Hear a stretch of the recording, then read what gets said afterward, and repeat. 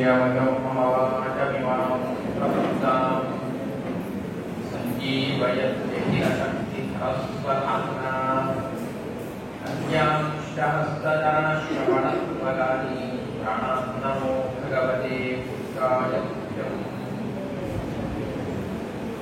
तपस्वाध्याय कृष्णपूजारतं मुनिं विश्वेशम् इष्टदं वन्दे परित्राणचक्रवर्तिनम् श्रीगुरुभ्यो नमः।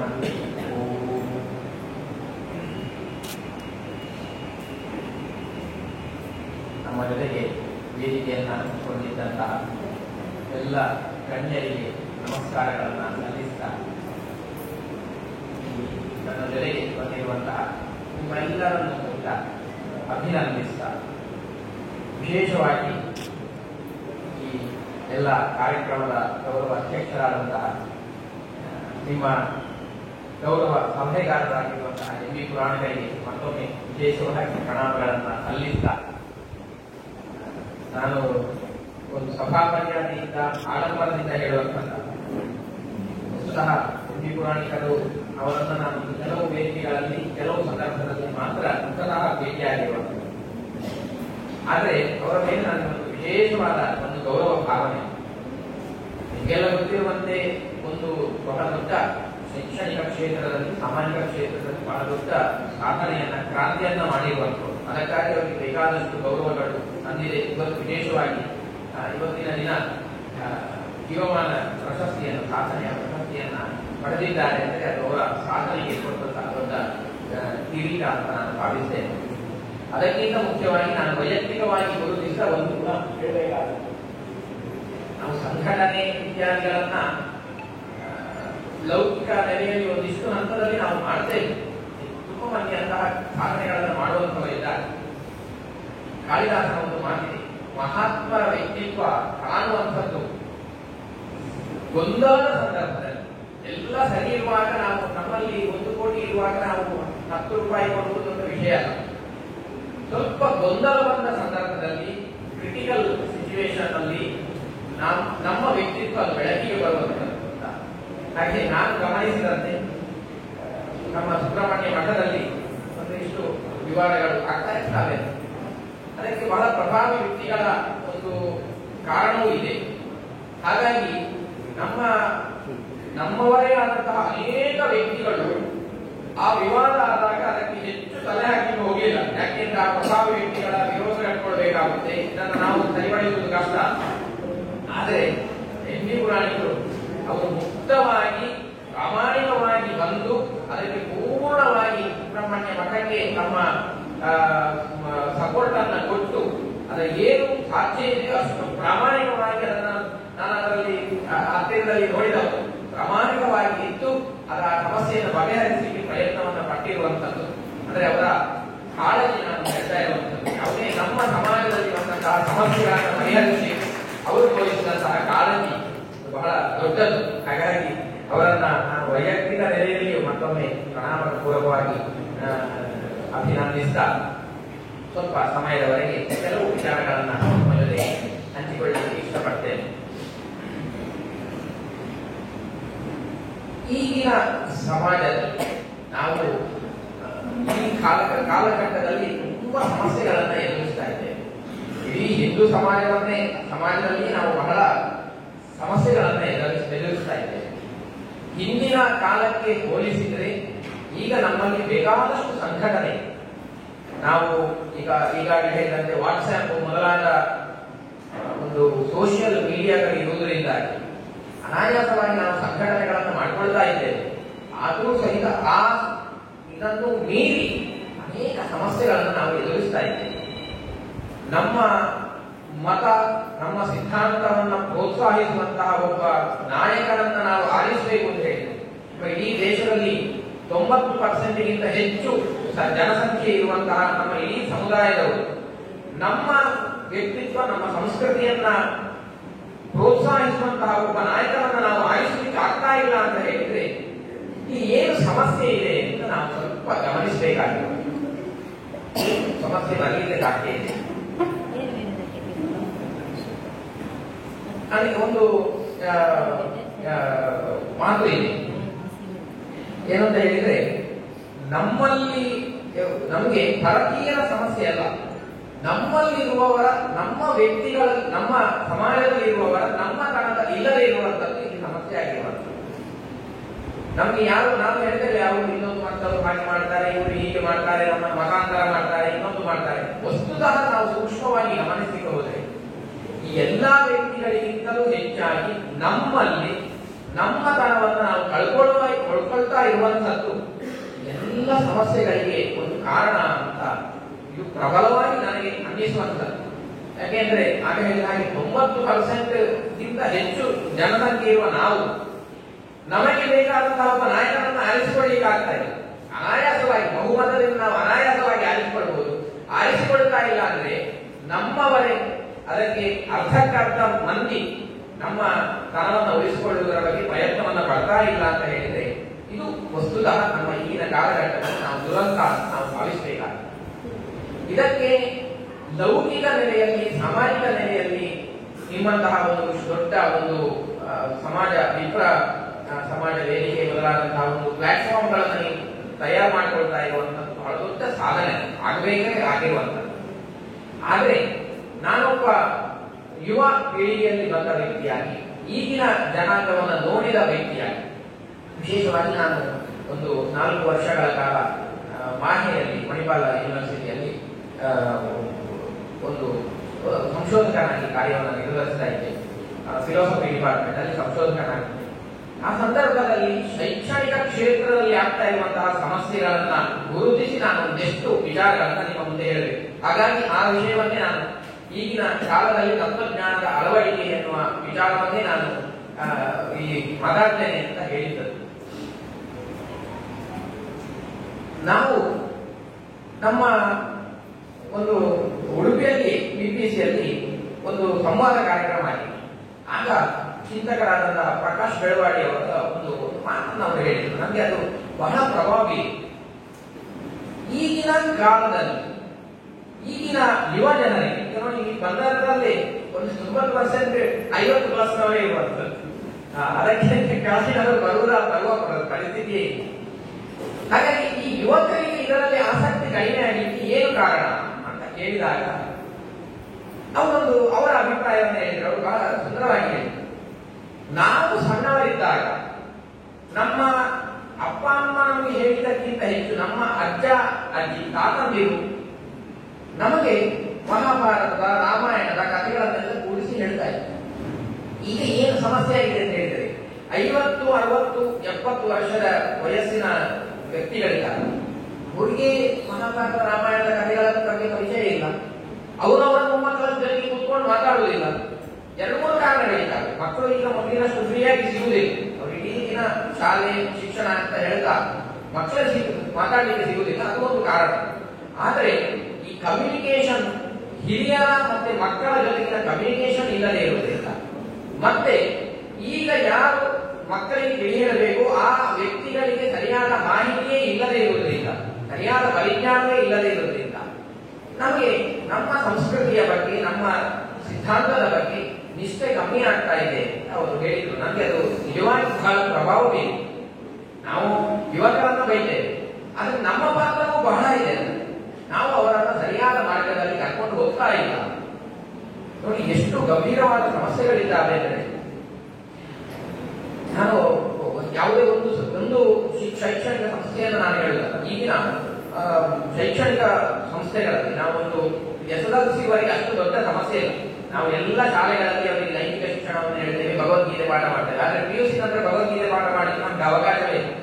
ಸಮಸ್ಯೆ ಆಗುವುದೇ ಮಕ್ಕಳು ಅಲ್ಲಿಂದ ಬೆಳೆದು ಬಂದು PUC-ಯ ನಂತರ ಬೆಳೆದು ಬಂದಾಗ ಅಲ್ಲಿ ಅವರಿಗೆ ಲೌಕಿಕವಾದ ಶಿಕ್ಷಣವನ್ನ ಕೊಡುವ ಒಂದು ನೆಲೆಯಲ್ಲಿ ನಾವು ಪೂರ್ಣ ಅವರ ಮನಸ್ಸನ್ನು ಹಾಳು ಮಾಡ್ತಾ ಇದ್ದೇವೆ. ಈಗಿನ ಒಂದು ಶಿಕ್ಷಣ ಪದ್ಧತಿ ಇದೆ ಅಲ್ಲ, ನಾವು ಹೇಳ್ತೇವೆ ಶಿಕ್ಷಣ ಪದ್ಧತಿ ಸರಿ ಇಲ್ಲ ಅಂತ. ಸಣ್ಣ ಸಣ್ಣ ಅಂಶದಲ್ಲಿ ನಾನು ಒಂದು ಸೆಷನ್ಗೆ ಹೋಗಿ ಕೂತಿದ್ದೆ. ಹ್ಯೂಮನಿಸಂ ಬಗ್ಗೆ ಅಲ್ಲಿ ಪಾಠ ನಡೆಯಿತು. ಮಾನವೀಯತೆಯ ಬಗ್ಗೆ ಅವರು ಪಾಠವನ್ನು ಮಾಡಿದ್ರು. ಹ್ಯೂಮನಿಸಂ ಅಂತ ಅವರೊಂದು ಸಿದ್ಧಾಂತ ಇದೆ, ಅದನ್ನು ಪಾಠ ಮಾಡಿದ್ರು. ಅವರು ಮೊದಲು ತೋರಿಸಿದ್ದು ಏನು ಗೊತ್ತಾ, ಒಂದು ಈ ಆಫ್ರಿಕಾದಲ್ಲಿ ಒಂದು ಬಡ ಮಗು ಒಂದು ಬರಡು ಭೂಮಿಯಲ್ಲಿ ತುಂಬಾ ಸಪೂರವಾಗಿರುವಂತಹ ಕಪ್ಪು, ಅದು ಈ ಆಫ್ರಿಕಾದ ಮಕ್ಕಳನ್ನೆಲ್ಲ ಫೋಟೋ ನೀವು ನೋಡಿರ್ಬೋದು. ತುಂಬಾ ಬಡತನದಲ್ಲಿ ಇರುವಂತಹ ಆ ಮಗುವಿನ ಒಂದು ಚಿತ್ರವನ್ನು ಅಳ್ತಾ ಇರುವಂತಹ ಚಿತ್ರ ನೋಡಿ. ಬಡತನ ಪ್ರಪಂಚ ಹೇಗಿದೆ ನೋಡಿ. ಇದಕ್ಕೆ ಏನು ಕಾರಣ ಏನು? ನೆಕ್ಸ್ಟ್ ಒಂದು ಫೋಟೋ, ಒಬ್ಬ ಶಿವಲಿಂಗಕ್ಕೆ ಅಭಿಷೇಕವನ್ನು ಮಾಡ್ತಾ ಇದ್ದಾರೆ, ಹಾಲಿನ ಅಭಿಷೇಕವನ್ನು ಮಾಡ್ತಾ ಇದ್ದಾರೆ. ಮತ್ತೊಂದು ಫೋಟೋ, ಒಬ್ಬ ಸ್ವಾಮೀಜಿ, ಯಾರೋ ಒಬ್ಬ ಸ್ವಾಮೀಜಿ ಹೂವಿನ ಅಭಿಷೇಕವನ್ನ ಏನೋ ಮಾಡ್ತಾ ಇರೋದು. ಮತ್ತೊಂದು ಫೋಟೋ, ಎರಡು ಧರ್ಮದವರು ಯುದ್ಧವನ್ನ ಮಾಡ್ತಾ ಇದ್ದಾರೆ. ಆ ವ್ಯಕ್ತಿ ಹೇಳ್ತಾನೆ, ಸಮಾಜದಲ್ಲಿ ಬಡತನ, ಕಷ್ಟ, ದ್ವೇಷ, ಯುದ್ಧ ಈ ಎಲ್ಲಾ ಸಮಸ್ಯೆಗಳು ಬರ್ತಾ ಇರುವಂತದ್ದು ಧರ್ಮದಿಂದ. ಧರ್ಮವನ್ನ ಒಪ್ಪುವುದರಿಂದಾಗಿ ನಮ್ಮ ಮತೀಯ ಗಲಭೆಗಳು ನಡೀತಾ ಇದ್ದಾವೆ. ಧರ್ಮವನ್ನು ಒಪ್ಪುವುದಕ್ಕಾಗಿ ನಾವು ಎಷ್ಟೋ ದ್ರವ್ಯಗಳನ್ನು ಹಾಳು ಮಾಡ್ತಾ ಇದ್ದೀವಿ. ಅಲ್ಲಿ ನೋಡಿ ಬಡತನದಲ್ಲಿದೆ ಮಗು, ಅಳ್ತಾ ಇದೆ ಹಸುವಿನಿಂದ. ಇಲ್ಲಿ ಶಿವಲಿಂಗಕ್ಕೆ ಅಭಿಷೇಕ ಮಾಡಿ ಹಾಲನ್ನು ವೇಸ್ಟ್ ಮಾಡ್ತಾ ಇದ್ದಾರೆ. ಇಂಥ ಪರಿಸ್ಥಿತಿ ಇದೆ ಅಂತ ಅವರು ತೋರಿಸಿಕೊಡ್ತಾ ಇದ್ದಾರೆ ನಮ್ಗೆ. ನಾನು ಅಲ್ಲಿ ಕೂತಿದ್ದೆ, ಅದು ಮಾತ್ರ ಮಕ್ಕಳಿಗಾಗಿ ಹೇಳ್ತಾ ಇದ್ದಾರೆ. ನಾನು ಸುಮ್ಮನೆ ಒಬ್ಬ ಅತಿಥಿಯಾಗಿ ಹೋದದ್ದು, ನನಗೆ ಮಾತಾಡುವ ಅಧಿಕಾರ ಇಲ್ಲ. ಆದ್ರೆ ನನಗೆ ಅನ್ನಿಸಿತ್ತು, ಅಕಸ್ಮಾತ್ ನಮ್ಮ ಮಕ್ಕಳೇ ಅಲ್ಲಿ ಕೂತ್ಕೊಂಡ್ರೆ ಅವರಿಗೆ ಸಹ ಅದು ಹೌದು ಅಂತ ಅನ್ನಿಸುವಂಥದ್ದೇ. ಇಂತಹ ಮಾತುಗಳನ್ನು ನಿಧಾನಕ್ಕೆ ನಾವು ಟ್ಯೂನ್ ಮಾಡ್ತಾ ಮಾಡ್ತಾ ಮಾಡ್ತಾ ಮಾಡ್ತಾ ಮಾಡ್ತಾ ಬರ್ತೇವೆ ಮಕ್ಕಳಿಗೆ. ನಮ್ಮ ಇತಿಹಾಸ ಹೇಳುತ್ತೆ, ಪ್ರಪಂಚದಲ್ಲಿ ಅತ್ಯಂತ ಹೆಚ್ಚು ಮತೀಯ ಅತಿಕ್ರಮಣಕ್ಕೆ ಒಳಗಾದಂತಹ ಮತ ಅಂದ್ರೆ ನಮ್ಮ ಹಿಂದೂ ಮತ ಅಂತ ನಮ್ಮ ಇತಿಹಾಸ ಹೇಳುತ್ತೆ. ಆದರೆ ಅದು ನಮ್ಗೆ ಎಷ್ಟು ಪ್ರಬಲ ಅಂತ ಹೇಳಿದ್ರೆ, ಎಷ್ಟೋ ಮತಗಳು, ಎಷ್ಟೋ ಸಿದ್ಧಾಂತಗಳು, ಎಷ್ಟೋ ಜನಾಂಗ ಹೆಸರು ಬೇಡ ಹೆಸರಿಲ್ಲದಂತೆ ನಾಶ ಆಗಿದ್ದಾವೆ ಈ ಮತೀಯ ಗಲಭೆ. ಆದರೆ ಇವತ್ತಿಗೂ ಇಷ್ಟು ಸುದೃಢವಾಗಿರುವಂತಹ ಮತ ಅಂದ್ರೆ ನಮ್ಮ ಹಿಂದೂ ಮತ ಅಂತ ಹೇಳ್ಕೊಳ್ತೇವೆ. ನಮ್ಮಲ್ಲಿ ಗಜನಿ ಮೊದಲಾದವರು ಬಂದರೂ ಸಹಿತ ಏನೂ ಆಗಲಿಲ್ಲ ಅಂತ. ಆದ್ರೆ ವಸ್ತುತಃ ಈಗ ನಮಗೆ ಹೆದರಿಕೆ ಆಗುತ್ತೆ. ಯಾಕೆಂದ್ರೆ ಆಗಿನ ಕಾಲದಲ್ಲಿ ಇದ್ದಂತಹ ತಾಕತ್ತು ನಮ್ಮಲ್ಲಿ ಈಗ ಇಲ್ಲ. ನಮಗೆ ಈಗ ಯಾರು ಹೊರಗಡೆಯಿಂದ ಅತಿಕ್ರಮಣ ಮಾಡಬೇಕು ಅಂತಿಲ್ಲ. ನಮ್ಮ ಒಳಗೆ, ನಮ್ಮಲ್ಲಿಯೇ, ನಮ್ಮ ಜೊತೆಗೆ. ನಾನು ಮೊನ್ನೆ ಕೃಷ್ಣಾಷ್ಟಮಿ ದಿವಸ ಒಂದಿಷ್ಟು ವಾಟ್ಸ್ಆಪ್ ಮೆಸೇಜ್ ಬಂದಿತ್ತು ಕೃಷ್ಣನ ಬಗ್ಗೆ. ಒಂದು ಉದಾಹರಣೆ ಹೇಳ್ತೇನೆ. ಕೃಷ್ಣನ ಉದಾಹರಣೆಗಳನ್ನೆಲ್ಲ ಕೊಟ್ಟಿದ್ದಾರೆ. ಕೃಷ್ಣ ಇಂತಹ ಸಮಯದಲ್ಲಿ ಹುಟ್ಟಿಲ್ಲ. ಅದಕ್ಕೆ ಏನ್ ಮಾಡಿದ್ದಾರೆ ಅಂತ ಹೇಳಿದ್ರೆ, ಕೃಷ್ಣ ಕ್ರಿಸ್ತ ಪೂರ್ವ ಇಷ್ಟೇ ಇಸ್ವಿಯಲ್ಲಿ ಹುಟ್ಟಿದ್ದಾನೆ. ಕೃಷ್ಣನ ತಂದೆಯವರು ಅವನು ಸೆರೆ ಜೈಲಿನಲ್ಲಿ ಹುಟ್ಟಿಲ್ಲ. ಈಗ ಒಂದಿಷ್ಟು ವಿಚಾರಗಳನ್ನೆಲ್ಲ ಹೇಳ್ತಾ, ಅವನೇನು ಪವಾಡ ಪುರುಷನಲ್ಲದಿದ್ದರೂ ಸಹಿತ ಅವನು ಬಹಳ ದಾರ್ಢ್ಯದಿಂದ ಇದ್ದ. ಎಂತಹ ಸಮಸ್ಯೆ ಬಂದರೂ ಅವನು ಎದುರಿಸ್ತಾ ಇದ್ದ. ಅಂತಹ ಒಂದು ನಮಗೊಂದು ಆದರ್ಶ ವ್ಯಕ್ತಿಯಾಗಿದ್ದ. ಅವನ ಕಣ್ಣೆದುರಿನಲ್ಲಿ ಅವನ ಇಡೀ ರಾಜ್ಯ ನೀರಿನಲ್ಲಿ ಮುಳುಗಿ ಹೋಯಿತು. ಅವನು ಏನ್ ಮಾಡ್ತಾ ಇದ್ದಾರೆ ಇವತ್ತು ನನಗೆ ಅರ್ಥ ಆಗ್ತಾ ಉಂಟ. ನಿಧಾನಕ್ಕೆ ನಿಮ್ಮ ಮನಸ್ಸನ್ನು ಮ್ಯಾನಿಪುಲೇಟ್ ಮಾಡ್ತಾ ಇದ್ದಾರೆ. ನೀವು ಯಾರನ್ನು ದೇವರು ಅಂದ್ಕೊಂಡಿದ್ರೆ ಅವನು ದೇವರಲ್ಲ, ಸಾಮಾನ್ಯನಾದ ಒಬ್ಬ ಇತಿಹಾಸ ಪುರುಷ. ಯಾರೋ ಒಬ್ಬ ರಾಜ ಬಂದಿರಬಹುದು ಕೃಷ್ಣ ಅಂತ, ಯಾರೋ ಒಬ್ಬ ಗೌಡ ಬಂದಿರಬಹುದು. ನೀವು ಅವನನ್ನ ದೇವತಾ ಮನುಷ್ಯನನ್ನಾಗಿ ಮಾಡ್ತಾ ಇದ್ದೀರಿ ಅಂತ ನಮ್ಮವರೇ ತುಂಬಾ ಮಂದಿ ಅದನ್ನ ಕಳಿಸಿದ್ರು. ನಾನು ತುಂಬಾ ಮಂದಿಗೆ ಹೇಳಿದೆ, ಇದು ಉದ್ದೇಶಪೂರ್ವಕವಾಗಿ ಕಳಿಸ್ತಾ ಇತ್ತು, ನೀವು ಅದನ್ನ ಸರ್ಕ್ಯುಲೇಟ್ ಮಾಡಬೇಡಿ. ಹಾಗಾಗಿ ನಮ್ಗೆ ಈಗ ಯಾರು ಬೇರೆ ಕಡೆಯಿಂದ ಬಂದು ಅತಿಕ್ರಮಣ ಮಾಡಬೇಕಾಗಿಲ್ಲ. ನಮ್ಮಲ್ಲಿ, ನಮ್ಮ ಒಳಗೆ ಇದ್ದುಕೊಂಡು ನಾವು ನಮ್ಮ ಮಕ್ಕಳ ಮುಂದಿನ ಭವಿಷ್ಯವನ್ನು ನಾವು ಹಾಳು ಮಾಡಿಕೊಳ್ತಾ ಇದ್ದೇವೆ. ಈ ನೆಲೆಯಲ್ಲಿ ನಾನು ಇದನ್ನ ಯಾಕೆ ಹೇಳಿ ಹೊರಟಿದ್ದೇನೆ, ಇದೆಲ್ಲ ಸಮಸ್ಯೆಯನ್ನು ಪರಿಹಾರ ಮಾಡಲಿಕ್ಕೆ ಏನು ಸಾಧ್ಯ? ಹೊರಗಡೆಯಲ್ಲಿ ಬರುವ ವ್ಯಕ್ತಿಗಳ ಪ್ರಭಾವವನ್ನು ನಾವು ಕಳೀಲಿಕ್ಕೆ ಸಾಧ್ಯ, ಅವರನ್ನು ನಾವೇನು ಬೇರೆ ಹಾಕಿ ಕೂತ್ಕೊಳ್ಳಿಕ್ಕೆ ಸಾಧ್ಯ. ಇನ್ನೇನು ಮಾಡಬೇಕಾದ್ರೆ ನಮ್ಮಲ್ಲಿ ನಾವು ಅಂತಃಸತ್ವವನ್ನ ತುಂಬಿಸಿಕೊಳ್ಬೇಕಾಗ್ತದೆ. ನಮ್ಮಲ್ಲಿ ನಾವು ಅಂತಃಸತ್ವವನ್ನ ತುಂಬಿಸಿಕೊಂಡ್ರೆ ಎಂತಹ ಪ್ರಬಲವಾದ ಹೊರಗಡೆಯ ಪ್ರಭಾವ ಬೀರಿದ್ರು ಸಹಿತ ಅದು ನಮ್ಮ ಮೇಲೆ ಏನು ಪರಿಣಾಮವನ್ನು ಬೀರಲಿಕ್ಕೆ ಸಾಧ್ಯ ಇಲ್ಲ. ಇದನ್ನ ನಾವು ಸಾಧ್ಯವಾದಷ್ಟು ನಮ್ಮ ಈಗಿನ ಜನಾಂಗಕ್ಕೆ ನಾವು ತುಂಬಿಸಲಿಕ್ಕೆ ಪ್ರಯತ್ನ ಮಾಡಬೇಕು. ಅದರಲ್ಲಿ ನನ್ನದೊಂದು ಪ್ರಬಲವಾದ ನಂಬಿಕೆ ಏನು ಅಂತ ಹೇಳಿದ್ರೆ, ನಾನು ತುಂಬಾ ಕಡೆಯಲ್ಲಿ ಅದನ್ನು ಹೇಳಿದ್ದೇನೆ. ನಮ್ಮ ಹಿಂದೂ ಸಂಸ್ಕೃತಿಯಿಂದ ನಾವೇನು ಹೇಳ್ತೇವೆ, ಎಲ್ಲ ಸಂಸ್ಕೃತಿಗಿಂತಲೂ ಬಹಳ ಶ್ರೀಮಂತ ಸಂಸ್ಕೃತಿ ನಮ್ಮ ಸಂಸ್ಕೃತಿ. ಯಾಕೆ ಗೊತ್ತುಂಟ? ನಮ್ಮ ಸಂಸ್ಕೃತಿ ಬರೇ ಸಾಮಾಜಿಕವಾಗಿ ತಯಾರಾದಂತಹ ಸಂಸ್ಕೃತಿ ಅಲ್ಲ. ಸಂಸ್ಕೃತಿಯಿಂದ ನಾವು ಯಾವುದಕ್ಕೆ ಹೇಳ್ತೇವೆ ಅಂದ್ರೆ ಸಮ್ಯಕ್ ಕೃತಿ, ಒಂದು ಕ್ರಮ, ಜೀವನದ ಕ್ರಮ. ನಾನು ಹೀಗೆ ಇರಬೇಕು, ಹೀಗೆ ಮಾತಾಡಬೇಕು, ಹೀಗೆ ನಡಿಬೇಕು, ಇಂತಹ ಒಂದು ಜೀವನದ ಕ್ರಮವನ್ನ ಸಂಸ್ಕೃತಿ ಅಂತ ನಾವು ಕರೆಯೋದು. ಅದು ಪ್ರಪಂಚದ ಪ್ರತಿಯೊಂದು ಮೂಲೆ ಮೂಲೆಯಲ್ಲಿ ಅವರದ್ದೇ ಆದಂತಹ ಸಂಸ್ಕೃತಿ ಇದೆ. ಉದಾಹರಣೆಗೆ ಈಗ ಪಾಶ್ಚಾತ್ಯರು ಬೆಳಿಗ್ಗೆ ಎದ್ದ ತಕ್ಷಣ ಹಲ್ಲು ತೊಳಿಲಿಲ್ಲ. ಅವರಿಗೆ ಯಾಕೆಂದ್ರೆ ತಿಂಡಿ ಎಲ್ಲ ತಿಂದ ನಂತರ ಆಮೇಲೆ ಬಾಯಿ ಶುದ್ಧವಾಗಿದೆ. ಹಾಗಾಗಿ ತಿಂಡಿ ಎಲ್ಲ ಆದ ನಂತರ ಅವರು ಹಲ್ಲು ಬಿಡ್ತಾರೆ, ಅದು ಅವರಿಗೆ ಕಂಫರ್ಟ್ ಆಗಿರುವಂಥದ್ದು. ಹೀಗೆ ಅವರವರ ಕ್ರಮ, ಅವರವರಿಗೆ ಅನುಕೂಲವಾದಂತಹ ಒಂದು ಕ್ರಮವನ್ನು ಮಾಡಿಕೊಳ್ತಾರೆ. ಇದನ್ನು ಅವರವರದ್ದೇ ಸಂಸ್ಕೃತಿ ಅಂತ ಹೇಳ್ತಾರೆ. ಆದರೆ ನಮ್ಮ ಸಂಸ್ಕೃತಿ ಉಂಟಲ್ಲ, ಈ ನಮ್ಮ ಸಂಸ್ಕೃತಿಯನ್ನ ನಾವು ಬರೇ ಸಾಮಾಜಿಕ ನೆಲೆಯಲ್ಲಿ ತಯಾರು ಮಾಡಿದಂತಹ ಒಂದು ಸಂಸ್ಕೃತಿ ಅಲ್ಲ. ಇದರಲ್ಲಿ ವೈಜ್ಞಾನಿಕ ಕಾರಣಗಳು ಇದೆ, ಸಾಮಾಜಿಕ ಕಾರಣಗಳಿವೆ, ಅದಕ್ಕಿಂತಲೂ ಹೆಚ್ಚಾಗಿ ಆಧ್ಯಾತ್ಮಿಕ ಕಾರಣಗಳಿವೆ. ತತ್ವಜ್ಞಾನದ ತಳಹದಿಯಲ್ಲಿ ತಯಾರಾದಂತಹ ಪ್ರಾಚೀನ ಋಷಿ ಮುನಿಗಳು ತಪಸ್ಸು ಮಾಡಿ ಕಂಡುಕೊಂಡಂತಹ ಅನೇಕ ವೈದಿಕ ಸತ್ಯಗಳ ಸಾರವನ್ನು ತುಂಬಿದಂತಹ ಅಪೂರ್ವವಾದ ಸಿದ್ಧಾಂತ, ಅಪೂರ್ವವಾದ ಸಂಸ್ಕೃತಿ ನಮ್ಮ ಹಿಂದೂ ಸಂಸ್ಕೃತಿ. ಈ ಭಾವನೆ ನಮ್ಮ ಮಕ್ಕಳಲ್ಲಿ ನಾವು ಬಿಡಬೇಕಾಗುತ್ತೆ. ನೀವು ಬರೇ ನಾವೀಗ ನಮ್ಮಲ್ಲಿ ಅವೇರ್ನೆಸ್ ಬಂದಿದೆ ಏನಂದ್ರೆ ಎಲ್ಲದಕ್ಕೂ ನಮ್ಮಲ್ಲಿ ವೈಜ್ಞಾನಿಕ ಕಾರಣ ಉಂಟು. ಈ ವೈಜ್ಞಾನಿಕ ಕಾರಣವನ್ನು ಮಾತ್ರ ವೈಜ್ಞಾನಿಕ ಕಾರಣವನ್ನು ಕೊಡುವಂಥದ್ದು ಒಳ್ಳೆ ವಿಚಾರ, ಅದನ್ನು ನಾನು ಹೀಗಳಿಲ್ಲ. ಅಂದ್ರೆ ವೈಜ್ಞಾನಿಕ ಕಾರಣವನ್ನು ಕೊಡ್ಲಿಕ್ಕೆ ಹೋದಾಗ ಅನೇಕ ಸಮಸ್ಯೆಗಳು ಎದುರಾಗ್ತವೆ. ವೈಜ್ಞಾನಿಕ ಕಾರಣವನ್ನು ಕೊಡ್ಲಿಕ್ಕೆ ಹೋದಾಗ ಇವರು ವಾಟ್ಸ್ಆಪ್ ಅಲ್ಲಿ ಮೆಸೇಜ್ ಕಳಿಸುವಂಥದ್ದು, ನೀವು ಗಣಪತಿಯನ್ನ ಮಾಡುವಾಗ ಪರಿಸರ ನಾಶ ಮಾಡ್ತಾ ಇದ್ದೀರಿ, ನೀವು ದೀಪಾವಳಿ ಆಚರಣೆ ಮಾಡುವಾಗ ಪಟಾಕಿ ಬಿಟ್ಟು ಪರಿಸರ ನಾಶ ಮಾಡ್ತಾ ಇದ್ದೀರಿ. ಯಾಕೆಂದ್ರೆ ಪ್ರಪಂಚದಲ್ಲಿ ಒಬ್ಬ ಮನುಷ್ಯ ಬದುಕಿದ್ದಾನೆ ಅಂತ ಹೇಳಿದ್ರೆ, ಮನುಷ್ಯ ಅಲ್ಲ ಒಂದು ಜೀವಿ ಬದುಕಿದೆ ಅಂತ ಹೇಳಿದ್ರೆ, ಇನ್ನೂ ಎಷ್ಟೋ 10-20 ಜೀವಿಗಳಿಗೆ ಏನಾದ್ರೂ ಒಂದು ತೊಂದರೆ ಆಗುವಂಥದ್ದು. ಒಂದು ಕಪ್ಪೆ ಬದುಕಬೇಕು ಅಂತಾದ್ರೂ ಅದು ಸಾವಿರಾರು ಸೊಳ್ಳೆ ನೊಣಗಳನ್ನು ತಿಂದೇ ಬದುಕಬೇಕು. ಹಾಗಾಗಿ ಒಂದಲ್ಲ ಒಂದು ರೀತಿಯಿಂದ ಇನ್ನೊಂದು ಪ್ರಾಕೃತಿಕವಾದ ವಸ್ತುಗಳಿಗೆ ಹಾನಿಯಾಗುವಂಥದ್ದು ಸಹಜ. ಆದರೆ ಎಷ್ಟು ಹಾನಿ ಆಗ್ತಾ ಇದೆ ಅನ್ನುವಂಥದ್ದನ್ನು ನಾವು ಗಮನಿಸಬೇಕಾಗುತ್ತೆ. ಸಸ್ಯಾಹಾರಿಯಾದಂತಹ ಒಬ್ಬ ವ್ಯಕ್ತಿ ಸಸ್ಯಗಳಿಗೆ ಹಾನಿಯನ್ನು ಮಾಡಿ ಆಹಾರ ಸ್ವೀಕಾರ ಮಾಡುವುದಕ್ಕೂ, ಮಾಂಸಾಹಾರಿಯಾದಂತಹ ಒಬ್ಬ ವ್ಯಕ್ತಿ ಅನೇಕ ಜೀವಿಗಳಿಗೆ ಹಿಂಸೆ ಮಾಡಿ ಆಹಾರ ಸ್ವೀಕಾರ ಮಾಡುವುದಕ್ಕೂ ವ್ಯತ್ಯಾಸ ಇದೆ. ಆದರೆ ಇದನ್ನೆಲ್ಲ ಹೇಳುವುದಿಲ್ಲ ಅವರು.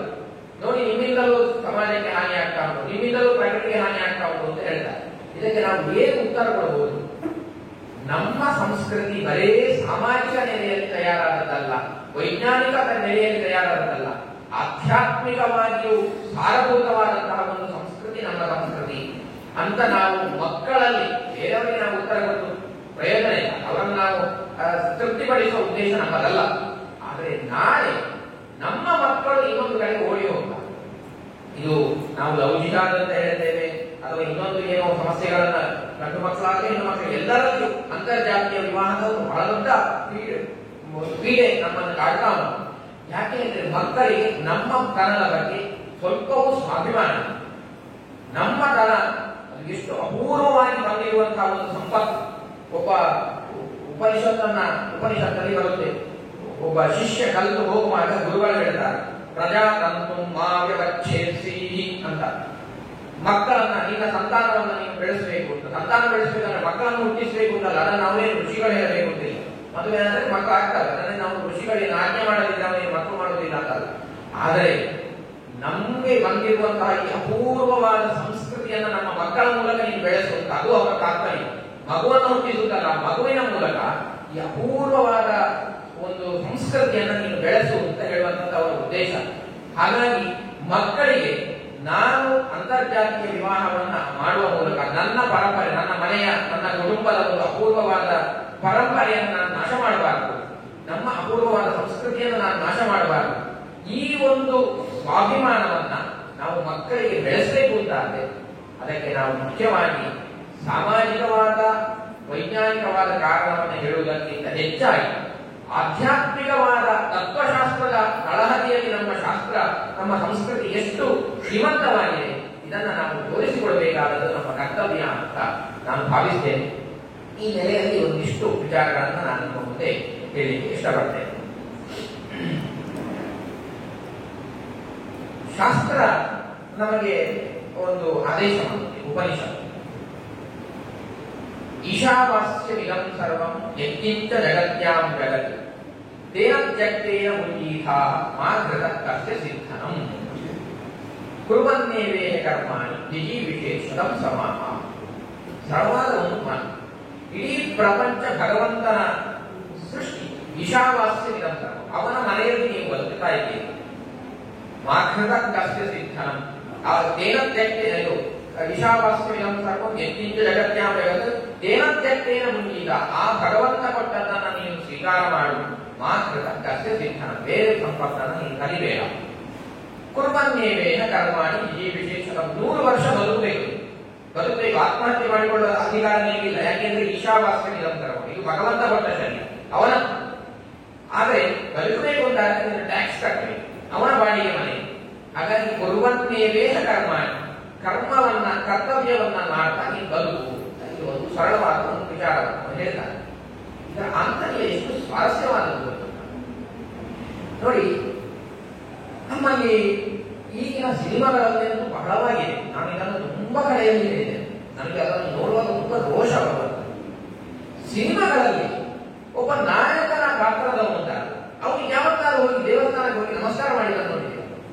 99% ಯಾವ ಹೀರೋ ಕೂಡ ದೇವಸ್ಥಾನಕ್ಕೆ ಹೋಗಿ ನಮಸ್ಕಾರ ಮಾಡಬೇಕು. ಅವ ಅಲ್ಲಿ ಅಮ್ಮನ ಕರ್ಕೊಂಡು ಹೋಗ್ತಾನೆ, ಸುಮ್ಮನೆ ಉದಾಹರಣೆ ಹೇಳಿದೆ. ತಾಯಿಯನ್ನು ಕರ್ಕೊಂಡು ಹೋಗ್ತಾನೆ, ತಾಯಿ ದೇವಸ್ಥಾನ ಸುತ್ತುವರ್ತಾ ಇರ್ತಾರೆ, ಇವರು ಹೊರಗಡೆ ಇರ್ತಾರೆ. ಯಾರೋ ಒಬ್ಬರು ಬಂದು ಕೇಳ್ತಾರೆ, ಯಾರೋ ಹೀರೋಯಿನ್ ಯಾರೋ ಬಂದು ಕೇಳ್ತಾರೆ. ಅಲ್ಲ, ಯಾಕೆ ನೀವು ಇಲ್ಲ, ನಾನು ಕರ್ತವ್ಯವೇ ದೇವರು, ನಾನು ಕರ್ತವ್ಯದ ಬಗ್ಗೆ ನಂಬಿಕೆ ಇಟ್ಟ, ಹಾಗಾಗಿ ನಾನು ಮಾಡುವುದಿಲ್ಲ. ನಿಮಗೆ ನಮ್ಮದೊಂದು ಮಾನಸಿಕ ಕ್ರಮ ಹೇಗೆ ಅಂದ್ರೆ, ಒಬ್ಬ ನಮ್ಮ ಪ್ರಾಚೀನರ ಒಂದು ನಮ್ಮ ನಾಟ್ಯಶಾಸ್ತ್ರದಲ್ಲಿ ಅದನ್ನು ಉಲ್ಲೇಖ ಮಾಡ್ತಾರೆ. ಯಾವುದೋ ಒಬ್ಬ ನಾಯಕ ನಟನನ್ನ ಗಂಡಸರೆಲ್ಲ ಆ ನಾಯಕನನ್ನ ತಮ್ಮಲ್ಲಿ ಆವಾಹನೆ ಮಾಡಿಕೊಳ್ತಾ ಇರ್ತಾರೆ. ಹಾಗಾಗಿ ನಾಯಕನಿಗೆ ಒಳ್ಳೆದಾದ್ರೆ ಅವರಿಗೆ ಸಂತೋಷ ಆಗ್ತಾ ಇದೆ, ನಾಯಕನಿಗೆ ದುಃಖ ಆದ್ರೆ ಅವರಿಗೆ ದುಃಖ ಆಗ್ತದೆ. ಅದು ಒಳಮನಸ್ಸಿನಿಂದ ನಾವು ನಮ್ಮನ್ನ ನಾಯಕ ನಟನ ಜೊತೆಗೆ ಹೋಲಿಕೆ ಮಾಡಿಕೊಳ್ತಾ ಇರ್ತೀವಿ. ಹೆಣ್ಣು ಮಕ್ಕಳು ಆ ನಾಯಕಿಯ ಜೊತೆಗೆ ಹೋಲಿಕೆ ಮಾಡಿಕೊಳ್ತಾ ಇರ್ತಾರೆ. ಹಾಗಾಗಿ ಇಂಡೈರೆಕ್ಟ್ ಆಗಿ ಅವರಿಗೆ ಒಳಗಡೆಯಲ್ಲಿ ಅದು ಪ್ರೇರಣೆ ಮಾಡ್ತಾ ಇರ್ತದೆ. ಹಾಗಾದ್ರೆ ನಮ್ಮ ಕರ್ತವ್ಯವನ್ನು ಪ್ರಾಮಾಣಿಕವಾಗಿ ಮಾಡುವ ಕಾಯಕವೇ ಕೈಲಾಸ ಅಂತ ಇವರೆಲ್ಲ ಬಸವಣ್ಣನವರೆಲ್ಲ ಹೇಳಿದ್ದಾರೆ. ಹೌದು, ಕಾಯಕವೇ ಕೈಲಾಸ, ನಾನು ಕರ್ತವ್ಯವನ್ನು ಮಾಡುವುದು ಮುಖ್ಯ, ದೇವಸ್ಥಾನಕ್ಕೆ ಹೋಗುವುದು ಮುಖ್ಯ ಅಲ್ಲ ಅನ್ನುವಂತಹ ಒಂದು ಭಾವನೆ ಬರುವಂತೆ ಇದೆಲ್ಲ ಚಿತ್ರಣವನ್ನು ಮಾಡ್ತಾರೆ. ಇದು ಒಂದು. ಇನ್ನು ಮತ್ತೆ ಕೆಲವು ಪೂರ್ಣ ದೇವರ ಮೇಲೆ ನಂಬಿಕೆ ಇರುವುದು, ಎಲ್ಲವನ್ನೂ ದೇವರ ಮೇಲೆ ಹೊರಿಸಿ ದೇವರ ಆರಾಧನೆ ಇತ್ಯಾದಿಗಳನ್ನೆಲ್ಲ ಮಾಡ್ತಾ ಇರ್ತಾರೆ. ಆದರೆ ಸಾಮಾಜಿಕವಾಗಿ ಯಾವ ಬಾಧ್ಯತೆ ಇಲ್ಲ. ತನ್ನ ತಂದೆ ತಾಯಿಯನ್ನು ನೋಡ್ಕೊಳ್ಳುವುದರ ಬಗ್ಗೆ ಆಸಕ್ತಿ ಇಲ್ಲ, ಹೆಂಡತಿಯನ್ನು ನೋಡ್ಕೊಳ್ಳುವುದರ ಬಗ್ಗೆ ಆಸಕ್ತಿ ಇಲ್ಲ, ದುಡಿಯುವುದರ ಬಗ್ಗೆ ಆಸಕ್ತಿ ಇಲ್ಲ. ನಾನು ದೇವರು ತಪಸ್ಸು ಮಾಡ್ತೇನೆ, ಜಪ ಮಾಡ್ತೇನೆ, ಅನುಷ್ಠಾನ ಮಾಡ್ತೇನೆ, ದೇವರ ಸೇವೆ ಮಾಡ್ತೇನೆ, ನಾನು ಪ್ರಾಮಾಣಿಕವಾಗಿದ್ದೇನೆ. ಕೆಲವರು ದೇವರ ಆರಾಧನೆ ಇತ್ಯಾದಿಗಳ ಬಗ್ಗೆ ಗಮನ ಕೊಡುವುದಿಲ್ಲ, ನನ್ನ ಕರ್ತವ್ಯವನ್ನು ನಾನು ಸರಿಯಾಗಿ ಮಾಡ್ತೇನೆ, ಇದು ಒಂದು.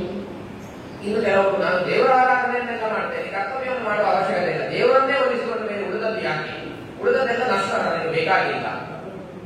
ಇದು ಎರಡೂ ಸಹಿತ ನಮ್ಮ ಸಮಾಜದಲ್ಲಿ ಬಹಳ ತೊಂದರೆಯನ್ನು ಕೊಡುವಂತಹ ವಿಚಾರ. ಇದನ್ನೇ ಮುಂದುವರಿಸಿ ಹೇಳುವುದಾದ್ರೆ, ನಾವು ವಿಶೇಷವಾಗಿ ಶ್ರಾದ್ದದಲ್ಲಿ, ಈಗ ಅದೊಂದು ಫ್ಯಾಷನ್ ಬಂದಿದೆ, ಶ್ರಾದ್ದವನ್ನು ನಾನು ಮಾಡಬೇಕಾಗಿಲ್ಲ, ಪಿಂಡದಾನಗಳನ್ನೆಲ್ಲ ಮಾಡಬೇಕಾಗಿಲ್ಲ. ನಾನು ಯಾವುದಾದ್ರೂ ಅನಾಥಾಶ್ರಮಕ್ಕೆ ಅಥವಾ ವೃದ್ಧಾಶ್ರಮಕ್ಕೆ ಹೋಗಿ ನಮ್ಮ ತಂದೆ ತಾಯಿಯರಿಗೆ ಸಮಾನ ವಯಸ್ಕರಾದಂತಹ ಅನೇಕ ಮಂದಿ ಇರ್ತಾರೆ, ಅವರಿಗೆ ಅನ್ನದಾನವನ್ನು ಮಾಡ್ತೇನೆ, ಅವರಿಗೆ ದೇಣಿಗೆಯನ್ನು ಕೊಡ್ತೇನೆ, ಅನಾಥ ಮಕ್ಕಳಿಗೆ ದೇಣಿಗೆಯನ್ನು ಕೊಡ್ತೇನೆ. ಆ ಮೂಲಕ ನನ್ನ ತಂದೆ ತಾಯಿಯ ಶ್ರಾದ್ದವನ್ನು ಆಚರಣೆ ಮಾಡ್ತೇನೆ, ಪಿಂಡದಾನ ಮಾಡುವ ಅವಶ್ಯಕತೆ ಇಲ್ಲ. ಇಂತಹ ಒಂದು ಮನಸ್ಥಿತಿಗಳೆಲ್ಲ ತರ್ತಾರೆ. ಆದರೆ ನಮ್ಮ ಶಾಸ್ತ್ರ, ಕೃಷ್ಣ ಗೀತೆಯಲ್ಲಿ ಇದನ್ನು ಬಹಳ ಸುಂದರವಾಗಿ ಬಹಳ ಅನೇಕ ಶ್ಲೋಕಗಳಲ್ಲಿ ವರ್ಣನೆ ಮಾಡ್ತಾನೆ. ಶಾಸ್ತ್ರ ಇದು ಎರಡನ್ನೂ ಸಹಿತ ತಪ್ಪು ಅಂತ ಖಡಾಖಂಡಿತವಾಗಿ ಹೇಳಿ ನಾವು ಗಮನಿಸಬೇಕಾದ, ಎರಡೂ ಸಹಿತ ತಪ್ಪು ಅಂತ. ಮತ್ತೆ ಹೇಗೆ ಯಾವ ರೀತಿಯಲ್ಲಿ ಬದುಕಬೇಕಾಗಿದೆ ಉಪನಿಷತ್ತು ಹೇಳಿದ್ದು, ಕುರ್ವನ್ನೇವೇ ಕರ್ಮಾಣಿ ನಿಜೀವಿಷೇ ಶತಂ ಸಮಾಹ, ನೀನು ಕರ್ತವ್ಯವನ್ನ ಮಾಡ್ತಾ ಬದುಕಬೇಕು ಅಂತ ಉಪನಿಷತ್ತು ಆದೇಶ ಮಾಡಿದೆ. ಆದರೆ ಅದು ಹೇಳುವಾಗ ಹೇಳುತ್ತೆ, ಈಶಾವಾಸ್ಯಮಿದಂ ಸರ್ವಂ ಯತ್ಕಿಂಚ ಜಗತ್ಯಾಂ ಜಗತ್ ಅಂತ ಮೊದಲನೇ ವಾಕ್ಯ. ಇದು ದೇವರ ಮನೆ, ದೇವರ ಮನೆಯಲ್ಲಿ ನೀನಿದ್ದು ಇದನ್ನು ನೆನಪಿಟ್ಟುಕೋ ಅಂತ. ಹಾಗಾದ್ರೆ ನಾವು ಏನ್ ಮಾಡಬೇಕು? ಇದನ್ನ ವೇದಾವರ ಶ್ರೀಗಳು, ನಮ್ಮ ಗುರುಗಳು ಯಾವಾಗಲೂ ಹೇಳ್ತಾರೆ, ಒಬ್ಬ ಮನುಷ್ಯನಾದವನಿಗೆ 3 ರೀತಿಯ ಕರ್ತವ್ಯವನ್ನ ಕೃಷ್ಣ ವಿಧಾನ ಮಾಡಿದ್ದಾನೆ. ಭಗವದ್ಗೀತೆ ಸಾರದ ಅವರು ಹೇಳುವಂತ ಮಧ್ವಾಚಾರ್ಯರು ಇದನ್ನ ಅವರ ಭಾಷ್ಯದಲ್ಲಿ ಅದನ್ನು ಉಲ್ಲೇಖ ಮಾಡ್ತಾರೆ. ಸ್ವವಿಹಿತ ವೃತ್ಯ ಭಕ್ತ್ಯ ಭಗವದ್ ಆರಾಧನಮೇವ ಪರಮೋ ಧರ್ಮ. ಯಾವುದು ಧರ್ಮಾಚರಣೆ, ನಾನು ಧರ್ಮಾಚರಣೆಯನ್ನು ಮಾಡ್ತೇನೆ, ನಾವು ಹೇಳಿದ್ವಿ ಧರ್ಮಾಚರಣೆ ಮಾಡೋದು. ನಾವು ಸಾಮಾನ್ಯವಾಗಿ ಧರ್ಮಾಚರಣೆ ಅಂತ ಹೇಳಿದ್ರೆ ಪೂಜೆ ಮಾಡುವಂತದ್ದು, ಸತ್ಯಾನ ಪೂಜೆ, ಅದು ಇದು, ಇದನ್ನು ಧರ್ಮಾಚರಣೆ ಅಂತ. ಶಾಸ್ತ್ರ ಬರೇ ಅಂತಹ ಪೂಜೆ ಪುರಸ್ಕಾರಗಳನ್ನು ಮಾತ್ರ ಧರ್ಮ ಅಂತ ಯಾವತ್ತೂ ಕರೆಯಿಲ್ಲ. ಸ್ವವಿಹಿತ ವೃತ್ಯ ಭಕ್ತ್ಯ ಭಗವದ್ ಆರಾಧನೆ ಪರಮೋ ಧರ್ಮ. ಪ್ರತಿಯೊಬ್ಬ ಜೀವಿಗೂ ಸಹಿತ ಅವನದ್ದೇ ಆದಂತಹ ಕರ್ತವ್ಯವನ್ನು ಭಗವಂತ ವಿಧಾನ ಮಾಡಿ ಕಳಿಸಿದ್ದಾನೆ. ಅದು 3 ನೆಲೆಯಲ್ಲಿ ಇರುತ್ತದೆ. ಗೀತೆಯಲ್ಲಿ ಕೃಷ್ಣ ಅರ್ಜುನ ಹೇಳುವಂತದ್ದೇ ಕುಲಧರ್ಮಾನ ಸನಾತನ ಅಂತ. ನಾನು ಯುದ್ಧ ಮಾಡಿದ್ರೆ ಸನಾತನವಾದಂತಹ ಕುಲಧರ್ಮ ನಾಶ ಆಗುತ್ತೆ ಅಂತ ಅವನು ಹೇಳ್ತಾನೆ. ಆ ಸಂದರ್ಭದಲ್ಲಿ ಅದರ ವ್ಯಾಖ್ಯಾನ ಮಾಡುವಾಗ ಒಂದು ಮಾತು ಬರುತ್ತೆ. ಅದನ್ನು ಯೋಗಾಚಾರ್ಯರು ಬಹಳ ಸುಂದರವಾಗಿ ವರ್ಣನೆ ಮಾಡಿದ್ದಾರೆ. ನಮ್ಮಲ್ಲಿ 3 ರೀತಿಯ ಕರ್ತವ್ಯಗಳಿದ್ದಾವೆ. ಒಂದು ಪ್ರಧಾನವಾಗಿ ನಾವು ಯಾವ ಮನೆಯಲ್ಲಿ ಹುಟ್ಟಿದ್ದೇವೆ, ಯಾವ ಕುಲದಲ್ಲಿ ಹುಟ್ಟಿದ್ದೇವೆ, ಯಾವ ಮನೆತನದಲ್ಲಿ ಹುಟ್ಟಿದ್ದೇವೆ, ಆ ಕುಲ ಮನೆತನಕ್ಕೆ ಅನುಗುಣವಾದ ಅದಕ್ಕೆ ವಿಹಿತವಾದಂತಹ ಕರ್ಮ. ಇದನ್ನು ನಾವು ವರ್ಣ ಧರ್ಮ ಅಂತ ನಾವು ಕರೀತೇವೆ. ನಮ್ಮ ಹಿರಿಯರಿಂದ ಬಂದಂತಹ ಒಂದು ಜೀನ್ಸ್, ನಾವೀಗ ಅದನ್ನ ಜಾತಿ ಅಂತ ಹೇಳ್ಬೋದು, ಇನ್ನೇನೋ ಹೇಳ್ಬೋದು. ಜಾತಿ ಅಂತ ಶಾಸ್ತ್ರದಲ್ಲಿ ಇಲ್ಲ, ಜಾತಿ ಪದ್ಧತಿ ಕ್ರಮವನ್ನು ಶಾಸ್ತ್ರ ಹೇಳಿಲ್ಲ. ವರ್ಣ ಪದ್ಧತಿಯನ್ನ ಕೃಷ್ಣ ಹೇಳಿದ್ದಾನೆ. ಮೈವ ಚಾತುರ್ವರ್ಣ್ಯ ಮಯ ಸೃಷ್ಟಂ ಗುಣಕರ್ಮ ವಿಭಾಗಶಃ ಅಂತ. ಅವರವರ ವ್ಯಕ್ತಿತ್ವಕ್ಕೆ ಅನುಗುಣವಾಗಿ ಚಾತುರ್ವರ್ಣ್ಯವನ್ನು ನಾನು ಸೃಷ್ಟಿ ಮಾಡಿದ್ದೇನೆ ಅಂತ ನಾನು ಗಮನಿಸಬೇಕಾಗುತ್ತೆ. ಅವರವರ ವ್ಯಕ್ತಿತ್ವಕ್ಕೆ ಅನುಗುಣವಾಗಿ, ಅಂದರೆ ನಮ್ಮ ಪೂರ್ವಜರ ವ್ಯಕ್ತಿತ್ವಕ್ಕೆ ಅನುಗುಣವಾಗಿ ನಮ್ಮಲ್ಲಿ ಒಂದು ಅವರ ಜೀನ್ಸ್ ಬಂದಿರ್ತದೆ. ಆ ಜೀನ್ಸ್ಗೆ ಅನುಗುಣವಾಗಿ ನಮ್ಮಲ್ಲೊಂದು ವರ್ಣ ಅಂತ ಇದೆ. ಒಬ್ಬ ಬ್ರಾಹ್ಮಣ ವ್ಯಕ್ತಿಯಾಗಿ ನಾವು ಹುಟ್ಟಿದ್ದೇವೆ ಅಂತ ಹೇಳಿದ್ದೇವೆ. ಭಗವಂತ ವಿಚಾರ ಮಾಡಿ ನಮ್ಮ 100 ಜನ್ಮಗಳ ಜಾತಕವನ್ನು ತೆಗೆದು ನಮ್ಮ ಕರ್ಮಗಳನ್ನು ಕೂಡಿಸಿ ಕಳೆದು ವ್ಯತ್ಯಾಸ ಮಾಡಿ ಎಲ್ಲಾ ವಿಶೇಷಗಳನ್ನ ಕೂಡಿಸಿ ನಮಗೊಂದು ಕೊಟ್ಟಂತಹ ಅಪೂರ್ವವಾದ ಜನ್ಮ ಇದು. ಅದು ಯಾವ ಜನ್ಮ ಬೇಕಾದ್ರೆ ಇರಲಿ. ಯಾಕೆಂದ್ರೆ ನಾವು ಕ್ಯಾಲ್ಕುಲೇಷನ್ ಬರೇ 1 ದಿನದ 2 ದಿನದ ಕ್ಯಾಲ್ಕುಲೇಷನ್ ಅಲ್ಲ. ನೀವು 1-2 ವರ್ಷದ ಪದಾಧಿಕಾರಿಗಳಿಗಾಗುವಾಗ ನೀವು 4-5 ಸಲ ವಿಚಾರ ಮಾಡ್ತೀರಿ, 10 ಮಂದಿ ಅಂತ ಕೇಳ್ತೀರಿ, ಯಾರನ್ನ ಅಧ್ಯಕ್ಷರು ಮಾಡೋಣ, ಯಾರನ್ನ ಕಾರ್ಯದರ್ಶಿ ಮಾಡೋಣ. ಇದು ಟೆಂಪರರಿ ಆದ 1-2 ವರ್ಷದ ಒಂದು ಕಾರ್ಯಕ್ಕೆ. ಇದು ಭಗವಂತ ನಿಮಗೆ ಒಂದು ಜನ್ಮವನ್ನ ಕೊಟ್ಟಿದ್ದಾನೆ ಅಂತ ಹೇಳಿದ್ರೆ 100 ವರ್ಷಗಳ ನಿಮ್ಮ ಕರ್ಮವನ್ನ ಕ್ಯಾಲ್ಕುಲೇಷನ್ ಮಾಡಿ ಆ ಋಣಾನುಬಂಧಕ್ಕೆ ಅನುಗುಣವಾಗಿ ಇಂತಹ ಅಪೂರ್ವವಾದ ಒಂದು ಜನ್ಮವನ್ನು ಕೊಟ್ಟಿದ್ದಾರೆ, ಅಂತಹ ಒಂದು ಮನೆತನವನ್ನು ಕೊಟ್ಟಿದ್ದಾರೆ. ಆ ಮನೆ ನಾವು ಹೇಳ್ತೇವೆ ಭಾರತವ ಗೋತ್ರೋದ್ಭವಸ್ಯ ಎಲ್ಲ ಹೇಳ್ತೇವೆ, ನಮ್ಮೊಂದು ಗೋತ್ರವನ್ನು ಹೇಳ್ತೇವೆ. ಅಂತಹ ಗೋತ್ರದಲ್ಲಿ ಬಂದಂತಹ ಎಲ್ಲ ಮಹಾತ್ಮರ ರಕ್ತ ನಮ್ಮಲ್ಲಿ ಉಂಟು. ನಾವು ಯಾರೋ ಒಬ್ಬ ಇನ್ನೊಂದು ಮತೀಯರನ್ನ, ಬೇರೆ ಸಂಸ್ಕೃತಿಯ ವ್ಯಕ್ತಿಗಳನ್ನ ಮದುವೆಯಾಗಿ ಹೋದರೆ ಇಷ್ಟು ಅನೂಚಾನವಾಗಿ ಬಂದಂತಹ ಪರಂಪರೆಯನ್ನು ನಾವು ನಾಶ ಮಾಡಿದಾಗ ಜೀನ್ಸ್ ಅನ್ನ ನಾವು ಮಿಕ್ಸ್ ಮಾಡಿ ಹಾಳು ಮಾಡಿದಂತಾಗುವುದಿಲ್ಲ.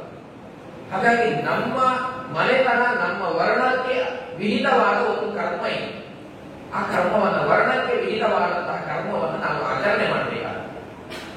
ಅದು ಯಾವ ರೀತಿಯ ವರ್ಣ ಕರ್ಮವನ್ನು ಆಚರಣೆ ಮಾಡಬೇಕು ಅಂತ ಶ್ರುತಿ ಸ್ಮೃತಿಗಳು ಈಗ ವಿಧಾನ ಮಾಡಿದ್ದಾರೆ. ಒಬ್ಬ ಬ್ರಾಹ್ಮಣನಾಗಿದ್ದವನು ಸಂಧ್ಯಾವಂದನೆಯನ್ನು ಮಾಡುವುದಿರಬಹುದು, ಅವನು ನಿತ್ಯ ಸಂಧ್ಯಾವಂದನೆಯನ್ನು ಆಚರಣೆ ಮಾಡುವಂಥದ್ದು. ಗೃಹಸ್ಥನಾಗಿದ್ದಂಥವನು ಎಲ್ಲ ಅತಿಥಿಗಳ ಸತ್ಕಾರವನ್ನು ಮಾಡುವಂಥದ್ದು. ಹೀಗೆ ಅವರವರ ವರ್ಣ, ಅವರವರ ಆಶ್ರಮಕ್ಕೆ ಅನುಗುಣವಾದಂತಹ ಒಂದು ಕರ್ತವ್ಯವನ್ನು ಭಗವಂತ ವಿಧಾನ ಮಾಡಿ ಕಳಿಸಿದ್ದಾನೆ. ಇದು ಸ್ಮೃತಿಗಳು ಅಂತ ಹೇಳಿದ್ರೆ ಶ್ರುತಿ ಸ್ಮೃತಿ ಹರೇರಾಜ್ಞೆ ಅಂತ.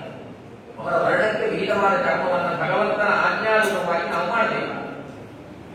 ಇನ್ನು ವೈಯಕ್ತಿಕ ನೆಲೆಯಲ್ಲಿ ನಮ್ಮ ಹೆಂಡತಿ, ಮಕ್ಕಳು, ಗಂಡನು, ಮಾವ, ಅತ್ತೆ ಮಾವಂದಿರು, ತಂದೆ ತಾಯಿಯರು, ಇವರನ್ನ ನಮ್ಮ ಒಂದು ಸಿಚುವೇಶನ್ ಬೇರೆ ಬೇರೆ.